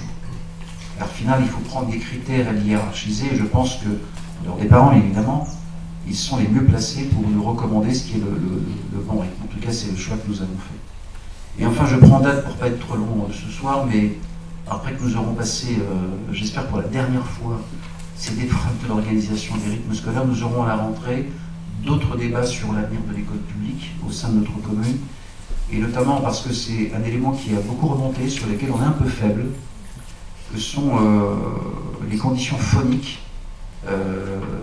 des lieux où nous accueillons les élèves. Voilà. Autant, là aussi pour ceux qui voudront le visiter, je pense qu'en 2018, la rénovation globale et totale du préau de Beuvay-Gantier sera emblématique de ce que nous allons faire dans les écoles sur le temps long, mais il y a dans certaines écoles et certains restaurants scolaires la nécessité, là aussi très vite, de réduire la nuisance sonore qu'on a un petit peu trop négligée. Voilà. Donc, et ça, c'est le prochain chantier que nous allons ouvrir dès la rentrée, cette fois-ci en veillant à associer l'ensemble des parties prenantes, au premier rang desquelles les parents d'élèves qui seront là-dessus de bons conseils, et avec une priorité à Romain Roland, et ensuite au restaurant François Mitterrand. En termes de niveau de fréquentation, l'audit devrait nous indiquer un peu là où nous devrons agir et surtout comment agir. Voilà ce que je souhaitais dire, et merci Françoise. Je veux dire ici, pour la patience de ces 3 dernières années, de cette révolution permanente des rythmes scolaires, et voilà, de la bienveillance avec laquelle tu as géré ce sujet. J'espère qu'il est derrière nous. Tout dépendra maintenant du vote, mais je le dis ici aussi, de la décision finale de l'éducation nationale. Bon, je n'en doute pas, mais quand même, il faut rappeler que c'est l'inspectrice, c'est ça, hein, la directrice académique qui à la fin donnera le là. Voilà. S'il n'y a pas d'autres... Françoise, tu voulais redire un mot peut-être? Non, juste c'était un peu pour décompresser un petit peu, savoir qu'il y a un mois, on tournait une page, là, on clôture un chapitre concernant les livres scolaires. Et on passe à autre chose. Bien, mais en tout cas, nous ne clôturons pas le livre. Voilà, et bien écoutez, je mets aux voix cette modification, j'espère pour la dernière fois jusqu'en 2020 du temps scolaire, ramenant donc à la semaine des 4 jours, que nous avons pour certains tous connus ici. Y a-t-il des voix contre? Des abstentions? Donc 3, 4, 5 abstentions. Oui. Je suis confus. Vous êtes combien? 5. Vous êtes sûr? Sûr, hein? Et vous êtes combien? 2. 5 et 2, ça fait 7. Jusque-là, tout va bien. Et donc, adopté avec 7 abstentions. Excusez-moi mes collègues, j'ai un peu négligé. Voilà. Dans le prolongement de cette délibération de l'adoption, Madame Vétins, parlez-nous des conséquences sur la modification du règlement du fonctionnement des activités périscolaires. Donc en effet, comme vous en doutez, modification d'horaires scolaires qui sont corollaires au niveau du fonctionnement des activités périscolaires municipales enfance-jeunesse. Donc des ajustements qui sont apportés et quelques modifications. Donc par exemple, l'accueil relais du mercredi midi après l'école n'a plus lieu d'être puisque les nouveaux rythmes scolaires appliqués en septembre ne prévoient plus d'école le mercredi matin. Deuxième ajustement, les accueils post-scolaires débuteront à 16h30 après la classe jusqu'à 19h précise. Les enfants pourront être pris selon un séquençage par demi-heure, par nécessité de sécurité. La pause méridienne se déroulera de 12h à 14h avec la spécificité de Jean-Robert Rochon puisque ça se terminera à 12h10 et reprendra à 14h et 14h10 suivant le câble, je pense que vous avez compris. Donc comprendra un temps de nappe sous condition de maintien du dispositif d'aide actuellement en vigueur. Mais ce qui n'empêchera pas de continuer à valoriser les activités périscolaires faites au travers et de la restauration, du moment de la restauration et des avant et après école. La pause méridienne, donc on ne reviendra pas. En ce qui concerne l'accueil de loisirs enfants, il fonctionnera désormais tous les mercredis de 7h à 19h. L'accueil de loisirs du mercredi, actuellement recensé au titre des activités périscolaires, repasse dans le domaine des activités extrascolaires. Je vous remercie. Monsieur le maire. Pardon, madame, je demandais à mon ministre des Finances combien ça allait nous coûter toutes ces décisions. Oui, voilà, parce que on ne l'a pas évoqué, mais je le dis parce que nous avons le bonheur d'avoir un peu de public ce soir. C'est que quand même cette décision de nous retirer voilà, les 5 jours et les temps périscolaires, c'est une perte sèche pour la commune d'environ 80 000 €. Hein. Donc ce n'est pas une mince affaire. Enfin, je veux dire que quand on parle de l'intérêt supérieur des enfants, on n'était pas venu ni guidé par des considérations comptables qu'il va falloir quand même absorber. 80 000 €, c'est 1,2, 1,3 qu'un impôt quand même. Hein. C'est pour donner la valeur. Mais bon, voilà, on ne va pas commencer à comptabiliser. C'était le sens de ma négligence, madame Vétins. Y a-t-il alors sur cette modification des questions de nos chers collègues? Non, ça vous va? Vous allez voter pour? Non? Pas pourquoi? Il ne faut pas s'abstenir, c'est des choses bien. Voilà. Donc, en tout cas, je veux dire ici que ça va être un petit défi quand même hein, pour les services, et je remercie notre directrice générale des services, Mme Demas, dans un temps record. Il va falloir nous réorganiser, ça a l'air tout bête, mais ça a des conséquences immédiates. Bien mesurer aussi comment ce retour aux 4 jours, là, on a dû régler, j'espère qu'on va y parvenir, dès lors qu'on se réapproprie des lieux qui étaient dévolus à d'autres, je pense notamment au lycée, ben, ça met en difficulté le lycée qui avait des créneaux sur nos équipements sportifs avec lesquels il va falloir qu'on trouve un bon accord. Donc pareil, il faut réorganiser les temps de travail de l'école de musique. En bref, tout ça n'est pas complètement neutre en termes d'organisation, mais en tout cas on a fait le choix de s'engager dans cette réorganisation. Bien, je mets au voix. Y a-t-il des voix contre? Des abstentions? C'est cohérent. Cette fois-ci, je ne compte pas, vous êtes 7. Adopté, je vous remercie. Monsieur Van den Broek, on me dit que vous seriez enclin à embellir la ville. Je vous donne la parole.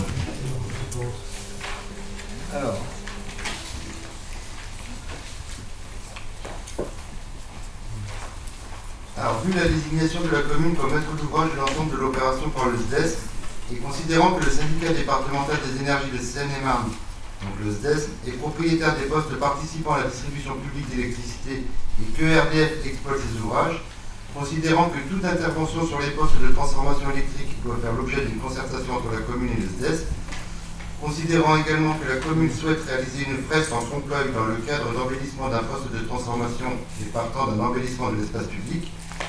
Donc nous vous demandons d'approuver le projet et les modalités financières. d'accepter les termes de la convention déterminant les missions respectives des parties et d'autoriser M. le maire à signer la convention pour l'année 2017. Merci, M. Vansenbroek. Donc, juste quelques éléments de chiffrage. Donc, en gros, repeindre un poste de transformation électrique, c'est dans les 2400 € normalement. Et le syndicat d'électrification nous accorde une subvention de 1400. Donc ça coûtera à la commune 1093 € pour être précis pour un transformateur électrique. Donc on verra, et je crois que celui qui a été choisi, le premier, c'est près de la ferme des Jeux, si je ne m'abuse. Mais j'en jurerai pas. Donc joker. Je pense que c'est... j'ai un doute pour tout vous dire, chers collègues, mais je crois que c'est celui de la ferme des Jeux. Mais on le reprécisera au conseil lors de la réunion de rentrée. Y a-t-il des questions concernant cette délibération? Monsieur Mérisnet, vous avez la parole. La culture se révèle. J'aurais voulu savoir s'il y avait un projet, s'il y avait un auteur, un artiste qui avait été choisi, ou sous quelle forme cet embellissement aura lieu. Si c'est en attente. Écoutez, j'ai vu 2 maquettes, c'est pour ça que j'ai un léger doute, parce que la maquette, c'est pour ça qu'en vous disant cela, j'ai dit joker, parce que je crois que c'était peut-être le transformateur qui est à l'angle du stade, parce qu'en fait c'était des images sportives. Donc je pense que ce n'était pas la culture qui était concernée. Bien joué, monsieur Henri Mérignac. Donc je dirais que c'est plutôt près de Rouchon que peut-être le premier transformateur sera fait. Voilà. Et accessoirement, c'était aussi pour faire quelques aménagements, pour éviter que certains passent par-dessus pour aller sur le stade synthétique. Voilà. Donc, à confirmer, hein, pardon, cette petite incertitude, elle est rare ici, mais voilà. En fait, c'est Mme Moreau qui gère ce dossier, et je dois dire, je me suis senti un peu orphelin. Merci, M. Vansenbroek, d'avoir joué le jeu. Bien, maintenant que nous savons que ce n'est pas une peinture culturelle, y a-t-il d'autres questions? Non, c'était non, mais oui. C'était exactement la même question que celle de M. Mérignac. Oui, mais j'ai vu que vous étiez envoyé un texto. En tout cas, donc, pardon, chers collègues, on vous reprécisera ça lors d'une prochaine séance. Hein, voilà. Merci de cette marque de confiance. Et pardon pour cette imprécision. Donc, mais comme vous avez confiance, vous allez tous voter à l'unanimité. Y a-t-il des voix contre? Des abstentions? Eh bien, je vous remercie de cette confiance. Nous vous montrerons les visuels avant de les produire. Voilà. Monsieur Malmassari, vous avez la parole sur la nécessité de créer quelques postes pour les vacances d'été. Oui, merci M. le maire. Donc, il s'agit d'une création de postes pour le mois d'août, une semaine au mois d'août, et ça concerne le centre de loisirs. Alors, c'est une animatrice qui sera dévouée uniquement pour un enfant en difficulté. Par contre, il ne s'occupera que de l'enfant en difficulté, c'est quelqu'un qui a un peu de troubles de comportement.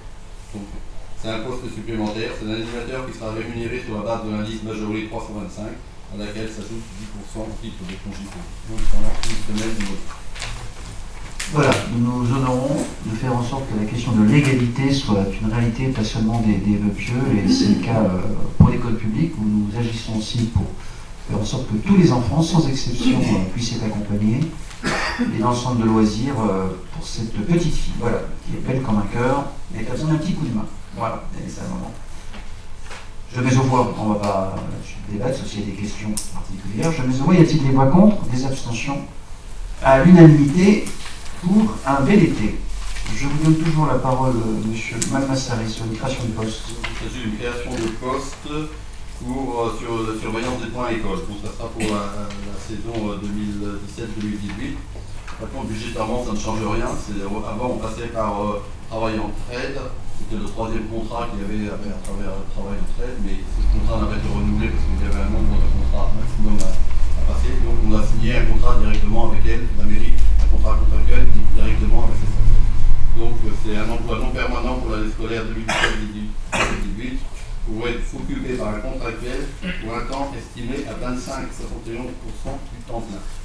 Rémunéré sur la base majorée 325, à laquelle s'ajoute 10% au titre de congé à partir du 4 septembre 2017. Et budgétairement, ça ne change rien du tout. Pour indication, on était dans un chapitre de revenus, on passera dans un chapitre de revenus. Merci, M. Malmassari. Y a-t-il des questions concernant les points écoles? Il n'y en a pas. Je mets aux voix. Y a-t-il des voix contre? Des abstentions? 5 abstentions. Je vous remercie. Dans le même esprit, parce que nous croyons que c'est vertueux, nous proposons de créer un contrat d'apprentissage. Vous avez la parole, monsieur Mademoiselle. Oui, alors, suivant différents décrets, on a la possibilité dans le secteur public de prendre un apprentissage. Ce sont des personnes qui ont entre 16 et 25 ans. Donc, étant donné les besoins qu'on avait dans le service communication, je rappelle que le service communication a perdu quand même 2 éléments en quelques années. Donc, on a pris un contrat d'apprentissage, c'est quelqu'un qui est à un niveau master. Et donc, on a décidé dès la rentrée scolaire 2017-2018, de prendre ce contrat d'apprentissage conformément au tableau. Pour la communication, un poste diplômé préparé niveau 1 et durée de formation pendant 2 ans. Donc, les crédits, bien sûr, les crédits sont disponibles. Voilà, donc nous allons permettre à une jeune femme, même si ça fait quand même réfléchir, de se dire que aujourd'hui, quelquefois, pour des gens qui sont diplômés du niveau master, il faut en passer par l'apprentissage. Ça montre quand même qu'il y a des grands défis devant nous. Mais une fois qu'on a fait ce constat, si ça peut être un accélérateur de carrière pour elle, eh bien, il ne faut pas se l'interdire. Et après, on a d'autres grands défis, vous l'avez remarqué. Au-delà des outils que nous produisons, et même si l'équipe a été divisée par 2, il faut absolument qu'on accompagne la révolution numérique. Nos concitoyens de plus en plus sont connectés. Voilà, ce qui commande que nous produisions de plus en plus de contenu et que nous développions techniquement nos premiers outils. C'est le sens de cette création dont nous avons un grand besoin. Ouais, pour préciser, le coût est de 13 000 € à l'année. Voilà. Les temps sont durs, mais on va pouvoir l'absorber. On les a largement économisés sur le budget communication ces 3 dernières années. Y a-t-il des questions concernant donc cette création de poste, cet apprentissage? Je mets au voix. Y a-t-il des voix contre, des abstentions? Merci pour elle, parce qu'on va lui souhaiter une bonne chance. Elle sera parmi nous à partir de début septembre. Quelques collaborateurs ont réussi des examens. Voilà, donc c'est la modification du tableau des effectifs. Donc ça, c'est du concours interne. Donc on a eu deux réussites au concours interne. Donc il s'agit de supprimer 2 postes d'adjoint technique à temps complet pour les remplacer par 2 postes d'agent de maîtrise à temps complet. Ce sont 2 agents des services techniques. Donc de la promotion en concours interne. Voilà, donc bravo à nos collaborateurs qui ont passé ces concours après s'être formés, qui ont réussi et qui seront donc naturellement promus. Au terme de cette réussite, y a-t-il des questions concernant cette délibération? Je mets au voix. Y a-t-il des voix contre, des abstentions? 5 abstentions. Je vous remercie. Adopté. Alors, nous avons aussi une autre modification du tableau des effectifs, M. Malmassari. Pareil, donc ça, c'est une modification des tableaux d'effectifs suivant des avancements de grade. Donc nous avons eu 4 avancements de grade cette année. Donc un poste d'adjoint administratif qui passe en un poste d'adjoint administratif principal de deuxième classe. Idem, c'est tout pareil, ce sont des postes d'adjoint administratif territoriaux sans complet qui passent au poste d'adjoint administratif principal de deuxième classe. Donc il y en a 4 et c'est réparti, je ne sais pas que les petits, c'est réparti dans une partie. C'est une promotion des avancements de grade classiques sur l'évolution des prestations. Voilà, et qui s'inscrivent dans ce qu'on a appelé la réforme des parcours professionnels, carrière et rémunération, que nous mettons en œuvre régulièrement et conformément à la loi dans la commune. Voilà, donc là aussi, félicitations à nos collaborateurs promus, voilà, qui souvent font un travail de l'ombre, voilà, là où le service public était quelquefois un peu fustigé, donc je me félicite des équipes avec de ces promotions pour nos collaborateurs. Y a-t-il des questions? Je mets aux voix. Y a-t-il des voix contre, des abstentions? 5 abstentions. C'est adopté. Je vous remercie. Madame Miec, et si vous nous parliez du Fonds de solidarité logement?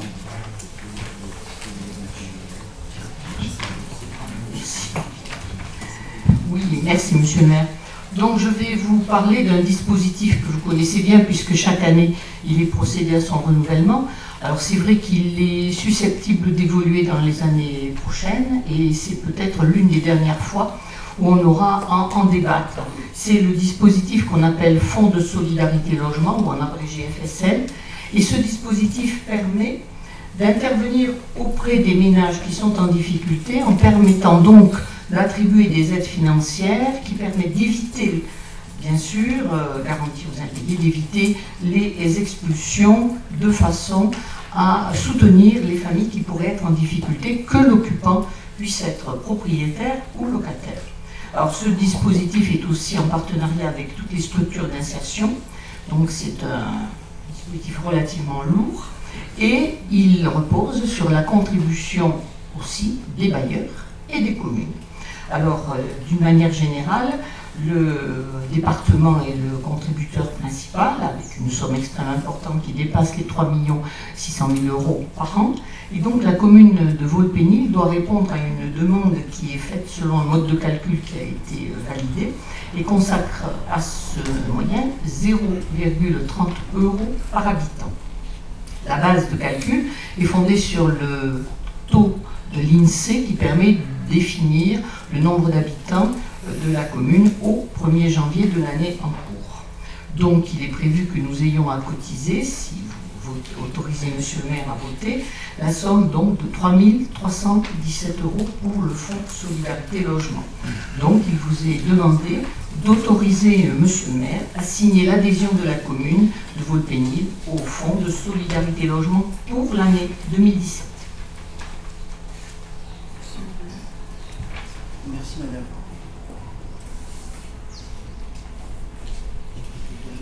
Non, c'est bien. Merci madame. Pardon. Vous avez la parole, monsieur Chalot.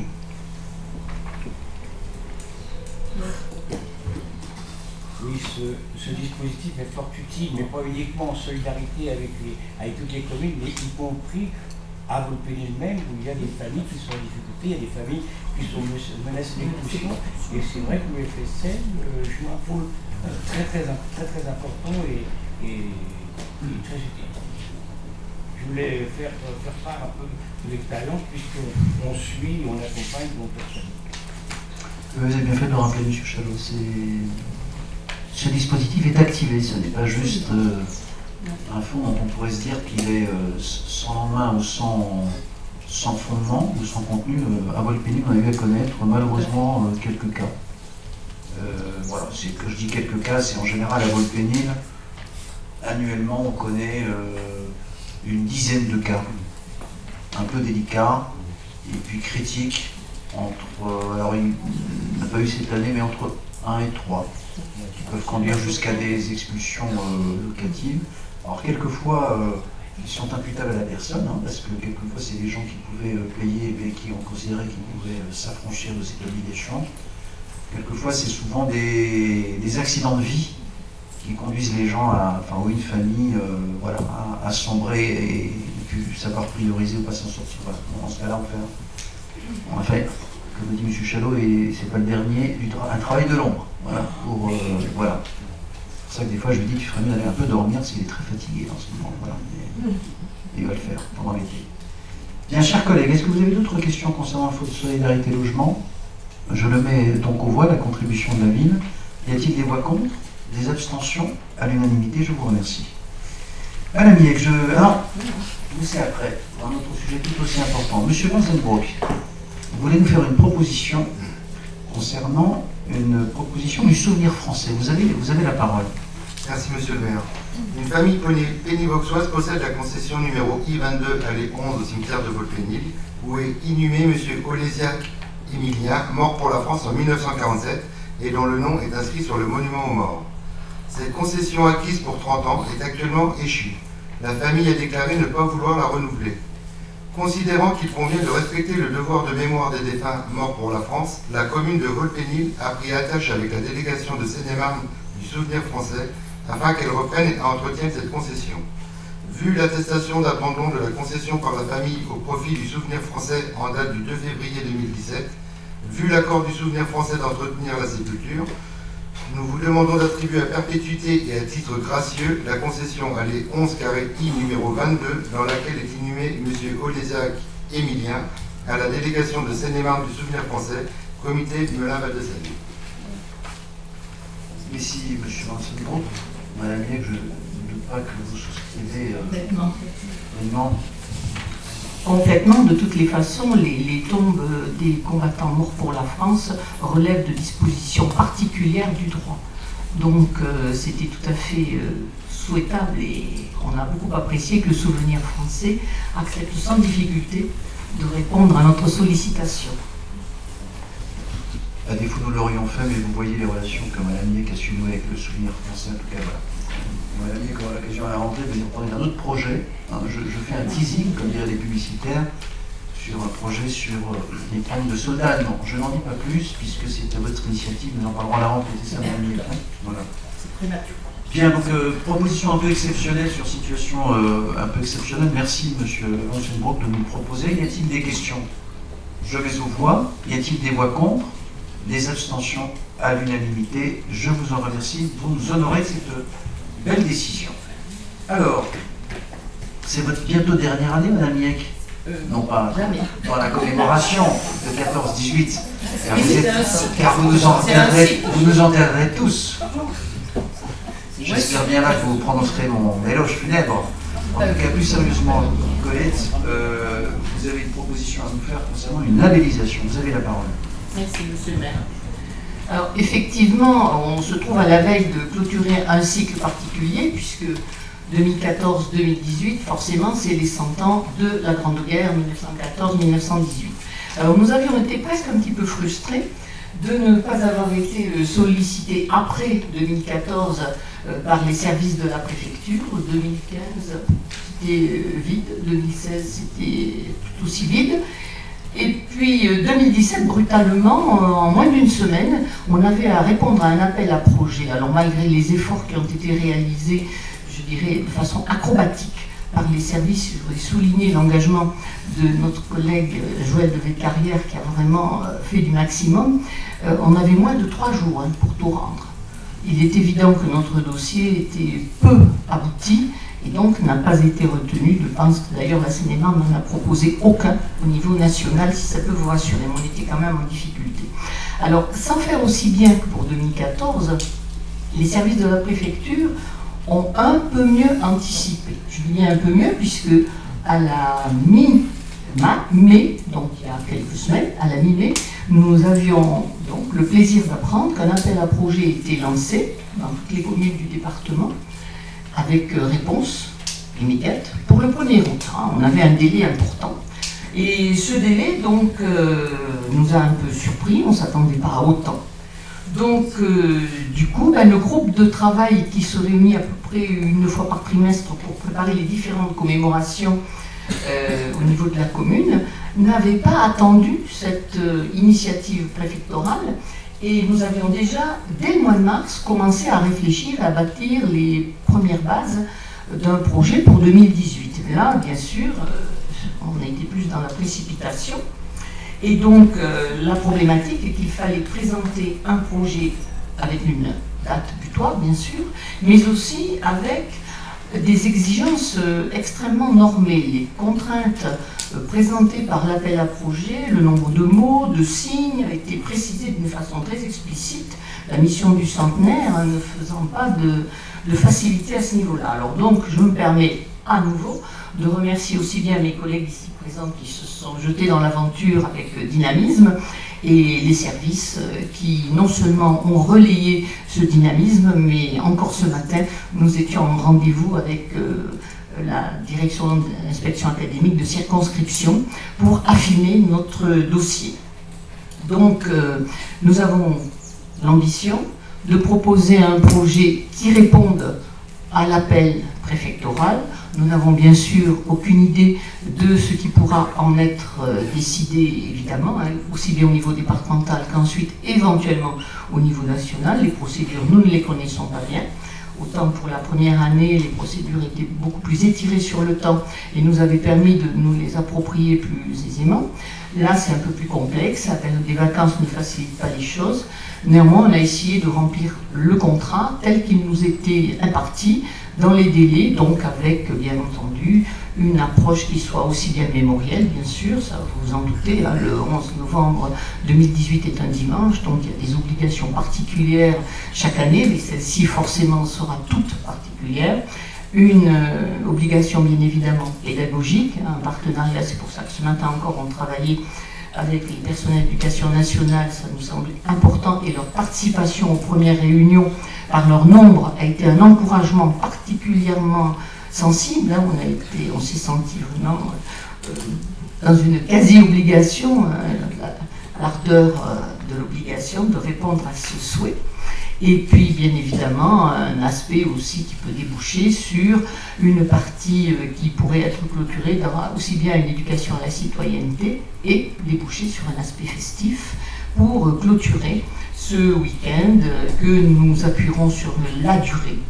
C'est ce que souhaitent notamment nos collègues de l'école, des écoles de Volpénil, qu'il puisse y avoir une proposition qui soit sur la durée, de manière à ce que les travaux des enfants puissent être présentés au minimum une semaine et non pas sur à peine quelques jours, comme la dernière fois. Et d'ailleurs, l'une des premières demandes qu'ils ont formulées, c'était, si c'était possible, que l'on puisse à nouveau exposer les travaux qui avaient été réalisés il y a maintenant 3 ans et demi. Ça paraît certainement possible, on va s'y employer, sans doute autour du prochain 11 novembre 2017 donc, mais tout ceci pour vous informer que nous sommes en train donc de travailler.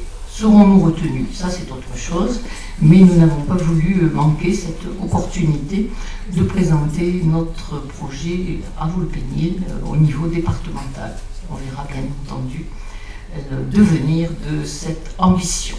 Et donc, il faut la validation du conseil municipal pour pouvoir le transmettre au niveau préfectoral. Merci Madame Biec pour l'exhaustivité et surtout la mise en perspective de cette ambition que nous portons depuis 2014, qui quand même commence à rencontrer un écho.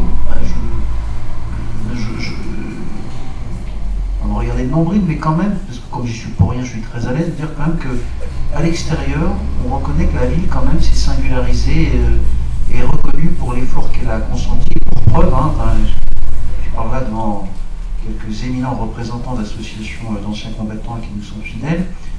On a vu que sur nos commémorations, quand même, on avait plus de monde. Ça fait chaud au cœur, quelques jeunes porte-drapeaux, et puis une reconnaissance de nos concitoyens. Donc ça fait, voilà, tout ça n'est pas le fruit du hasard. Voilà, et de discours légendaires de Madame Biec, voilà, qui montrera l'histoire de cette ville. Bien, est-ce que vous avez des questions, des suggestions, chers collègues, concernant cette proposition, voilà. Donc en fait, voilà, il ne faut pas qu'on laisse toute seule Colette, parce que... Une équipe voilà. très solide, bien engagée. Il y a quelques intellos qui l'entourent, je suis au courant. Voilà. Bien, écoutez, je mets aux voix cette candidature pour la labellisation mission du centenaire de la Première Guerre mondiale. Y a-t-il des voix pour? Eh oui, j'allais vous le faire, c'était pour la dernière. Y a-t-il des abstentions, des votes contre? À l'unanimité, je vous remercie. Nous sommes arrivés au terme des sujets qui sont inscrits à l'ordre du jour. Y a-t-il au sein du Conseil des sujets? Monsieur Chalot, je sais que vous vouliez prendre la parole pour un hommage. Vous avez la parole, chers collègues. Oui. La ville de Volpénil a perdu en avril 2 de ses acteurs associatifs. La vice-présidente Jacqueline Thibault et le président Marc Montré de LSR Solidarité Retraité 77, une de nos plus actives associations pénivauxoises. Il y a d'ailleurs dans cette salle de nombreux militants LSR. Je connaissais Marc Montré, homme de conviction et de contact. C'était un homme convivial, plein d'humour. Je l'ai entendu plusieurs fois plaisanter avec monsieur le maire lors des différents vœux. Et un artisan du rapprochement des LSR de l'agglomération Melun-Val-de-Seine pour qu'elles agissent ensemble, voire qu'elles ne fassent qu'une. Je tiens à rendre hommage à ces 2 responsables associatifs et par là même à ces centaines de cadres associatifs de tout âge qui, sans compter leur temps, développent dans notre commune du lien social.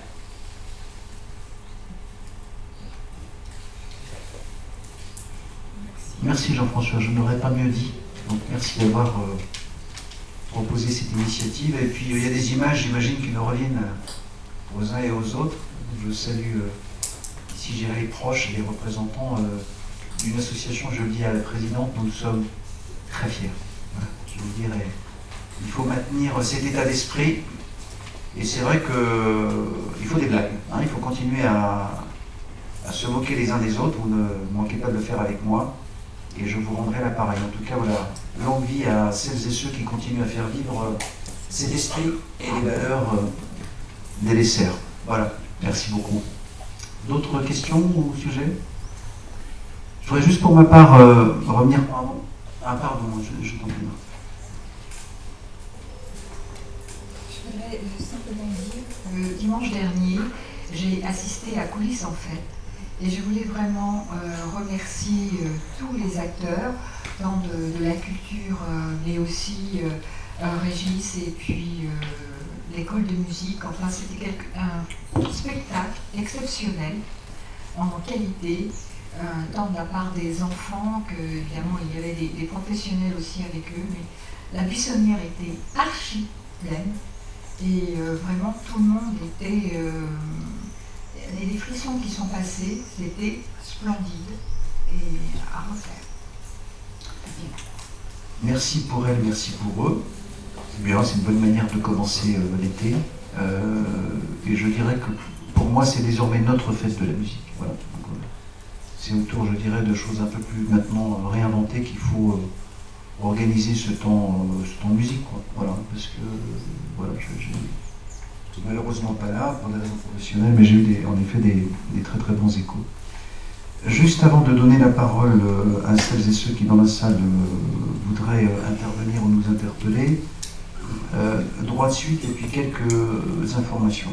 Je veux dire à M. Hiron, après qu'il ait eu la gentillesse de nous interpeller sur la situation au Moustier, que dès le lendemain, M. Hiron, j'ai, sans rentrer dans le détail comme je fais à chaque fois, diligenté auprès des personnes compétentes pour qu'il y ait une veille toute particulière qui soit faite. Sans rentrer dans le détail, mais je l'invite à se concevoir en tête-à-tête, M. Hiron, parce qu'il y a 2-3 choses que je ne peux pas dire en public, mais que je vous dois sur aussi des points très particuliers propres au Moustier, ou sur des activités sur lesquelles nous sommes penchés. Voilà, en tout cas, j'ai dès le lendemain eu la divisionnaire au téléphone et j'irai la police circule, mais peut-être qu'on parlera un petit peu de sécurité dans la ville tout à l'heure.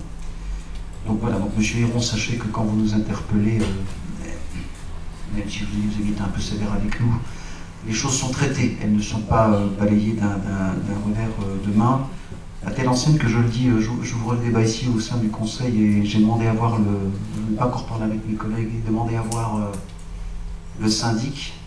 Je pense qu'une forme de résidentialisation pourra peut-être un jour s'imposer, voilà, car elle sera un des moyens d'éviter des stations un peu trop longues de certains qui sont extérieurs à la ville et qui considèrent qu'ils peuvent soit s'y installer, soit y faire bonne fortune. Chacun m'aura compris.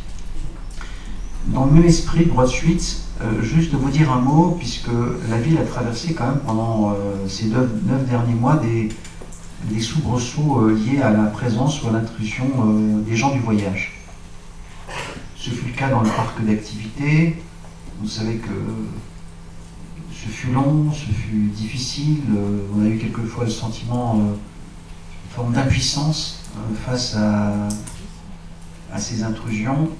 Il n'y a pas eu de problème de sécurité majeur et c'était là l'essentiel, mais quand même il y a eu des perturbations sur la vie quotidienne et la vie économique de notre ville. Vous avez vu que sur le parc d'activité, où ici même, ce que nous avions annoncé est en train de se produire et conduira à ce qu'il n'y ait plus d'intrusion. Je pense au chantier qui a débuté, j'ai pas le sens de l'orientation ici derrière, sur le site d'Idatrios, qui est en cours de désossage, je ne sais pas si c'est le mot le plus juste, mais qui verra d'ici la fin 19, peut-être début 20, l'érection de 170 logements et la finalisation de ce nouveau quartier autour d'un parc de 5000 m² qui sera résidentialisé et la création, enfin il y aura 35 logements en accession et ensuite des logements locatifs dont une grande partie sera réservée à nos anciens, ils sont aménagés comme tels. Et avec nous l'espérance, c'est Mme Merkel-Giuliani qui travaille sur ce projet. Je le dis, mais avec toute la précaution d'usage, on espère y installer la fameuse maison médicalisée. Mais voilà, tout ça est un travail de longue haleine et comme je vous l'avais dit, on a déjà identifié, decliné un généraliste. Et ensuite, on verra, on a encore un tout petit peu de temps pour continuer à prospecter.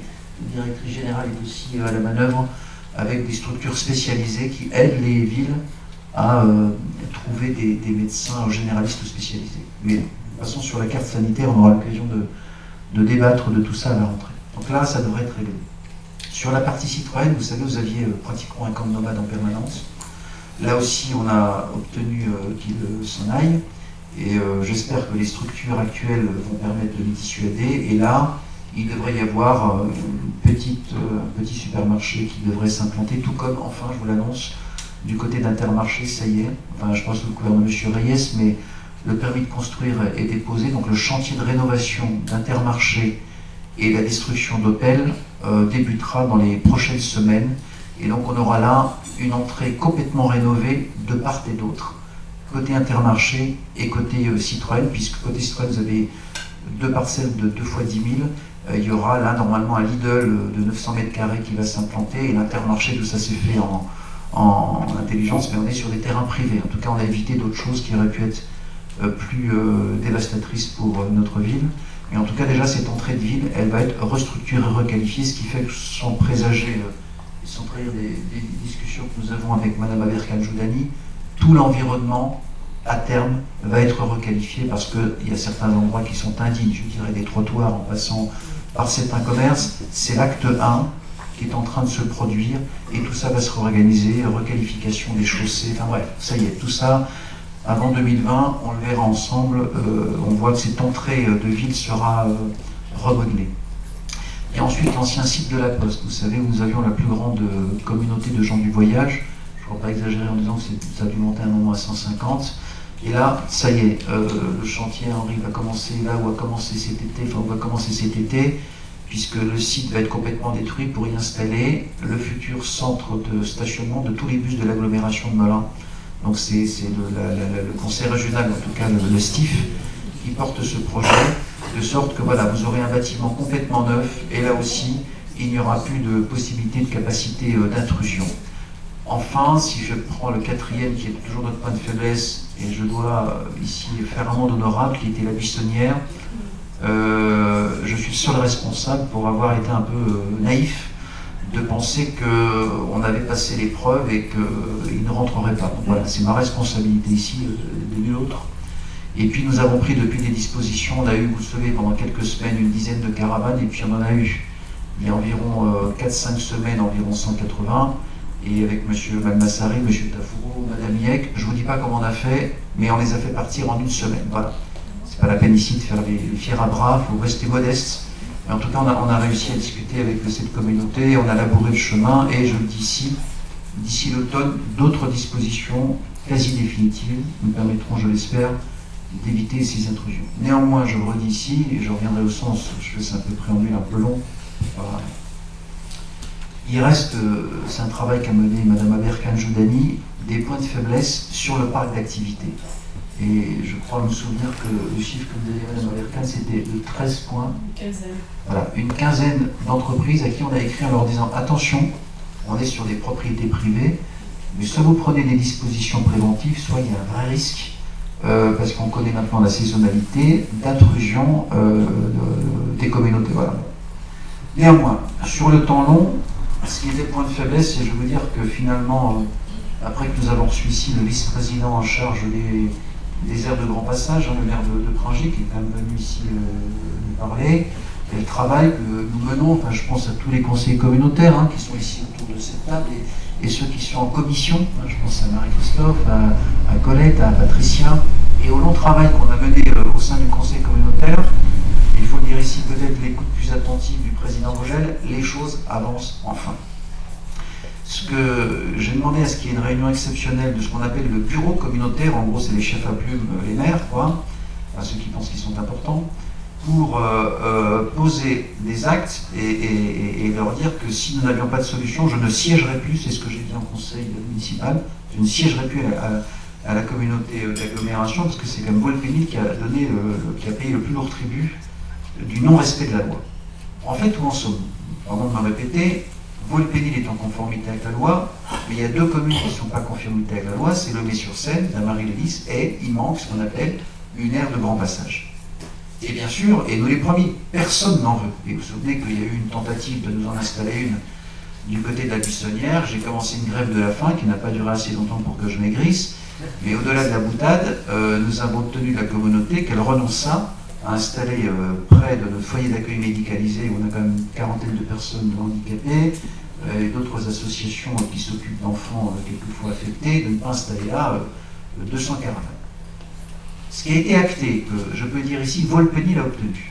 Premier élément, c'est qu'on inscrit dans ce qu'on appelle la programmation pluriannuelle des investissements, en gros combien on va dépenser dans les prochaines années, dès 2018, l'inscription d'une somme de 2 millions d'euros qui seront affectés à la création d'une aire de grand passage. Cette somme peut vous faire chavirer, j'y reviendrai, mais en tout cas, elle va être inscrite dans le marbre. 2, de s'engager dans une première traduction budgétaire en 2018, puisqu'en gros, pour créer une aire de grand passage, il faut environ 4 hectares pour accueillir 200 caravanes, permettre un chemin carrossable, avoir de l'électricité, de l'eau et des sanitaires. Bref. Et alors, nous avons fait une proposition, donc nous aurons, chers conseillers, à débattre, en tout cas la majorité m'a donné mandat pour avancer dans cette voie. Comme personne ne voulait céder, nous avons fait, nous à Volpenil, la proposition suivante qui a rencontré l'assentiment des autres maires. Si on prend l'axe qui est depuis Réau jusqu'à Melun, vous voyez que de part et d'autre, il y a des terres agricoles. Et bien évidemment, les agriculteurs, ils ne veulent pas céder leur terrain, à juste titre. Donc, ça ne peut passer que par une expropriation. Et un prix qu'il faudra situer, mais comme vous savez qu'en gros, le mètre carré est à 5 € de mémoire pour la terre agricole, la proposition que j'ai faite au nom de Volpenil, elle est double. D'engager la voie d'une expropriation, en mesurant bien les superficies, mais outre le dédommagement, de permettre à l'agriculteur de s'installer à Volpenil. C'est-à-dire que nous avons, du côté de la Buissonnière, ce qui permettrait de sanctuariser, 23 hectares de terres agricoles. Et donc j'ai fait la proposition, sous réserve aussi d'une agriculture au moins raisonnée, voire bio, dire pas non plus arriver avec une agriculture qui soit néfaste. Nous écoutons bien notre ami Didier, qui quand même là-dessus est de bons conseils. On ne va pas recommencer à être dans des process industriels. J'ai proposé, et donc soutenu par l'équipe, que l'agriculteur qui serait exproprié puisse retrouver tout ou partie d'une surface agricole, pas trop lointaine, avec des chemins carrossables. C'est la proposition que j'ai faite et qui semble être mise dans l'escarcelle. La deuxième proposition que nous avons formulée, elle touche à la capacité des communes à accueillir des... En fait, l'aire de grand passage permet une chose, dès que vous l'avez, le préfet est obligé d'expulser les gens qui sont installés illégalement, dans 15 jours, quels que soient, je dirais, les recours qui sont formés dans les tribunaux. Ça sert à ça. Mais la réalité, quelle est-elle? On l'a observé à Volpenil. Les transhumances qu'on connaît, c'est 10, 20, 50, 70 caravanes. C'est pas 200 ou 250 caravanes. Ça, on les connaît 2 fois l'an, quand vous avez, vous savez, les églises évangéliques, je pense, qui vont jusqu'en Camargue et qui ensuite qui reviennent. Donc c'était très exceptionnel. Et ce qui manque dans la communauté, c'est non pas des petites aires, mais des aires moyennes, qui en gros vont entre 20 et 50. Et nous avons proposé, parce qu'une chose c'est d'être gueulé, mais l'autre c'est de proposer, pour avancer. Et j'ai lancé aussi le défi à Damary Lélis et au mai, c'est de dire, nous Volpenil, on est prêt à faire une extension de notre petite aire de 12 caravanes, c'est ça? Oui. On a un terrain qui est sur le tertre de Cherisy, vous savez, à côté du château d'eau, là où il y a en face du Snitum, en disant que si les autres font leur job, puisque nous avons une obligation, nous on est prêt éventuellement à vendre ce terrain pour faire une espèce de camping pour nomades. Fermé l'année, et quand il y a des transhumances de 30-40, au lieu qu'elles aillent squatter au parc d'activité et foutre le bazar, c'est qu'on ouvre le terrain, on les accueille, c'est payant, mais c'est pris en charge par la communauté et pas par la ville. Voilà en gros les 2 propositions que nous avons faites pour essayer de sortir de cette situation de blocage dans laquelle nous sommes et qui pourra durer des années. Voilà. C'est ça que j'appelle le droit de suite devant le conseil municipal et devant nos concitoyens qui ont quelquefois, je dirais, assisté à nos débats. Voilà, j'en ai terminé pour ma part. Et s'il n'y a pas d'autres questions ou d'autres sujets, je lève la séance. Et comme c'est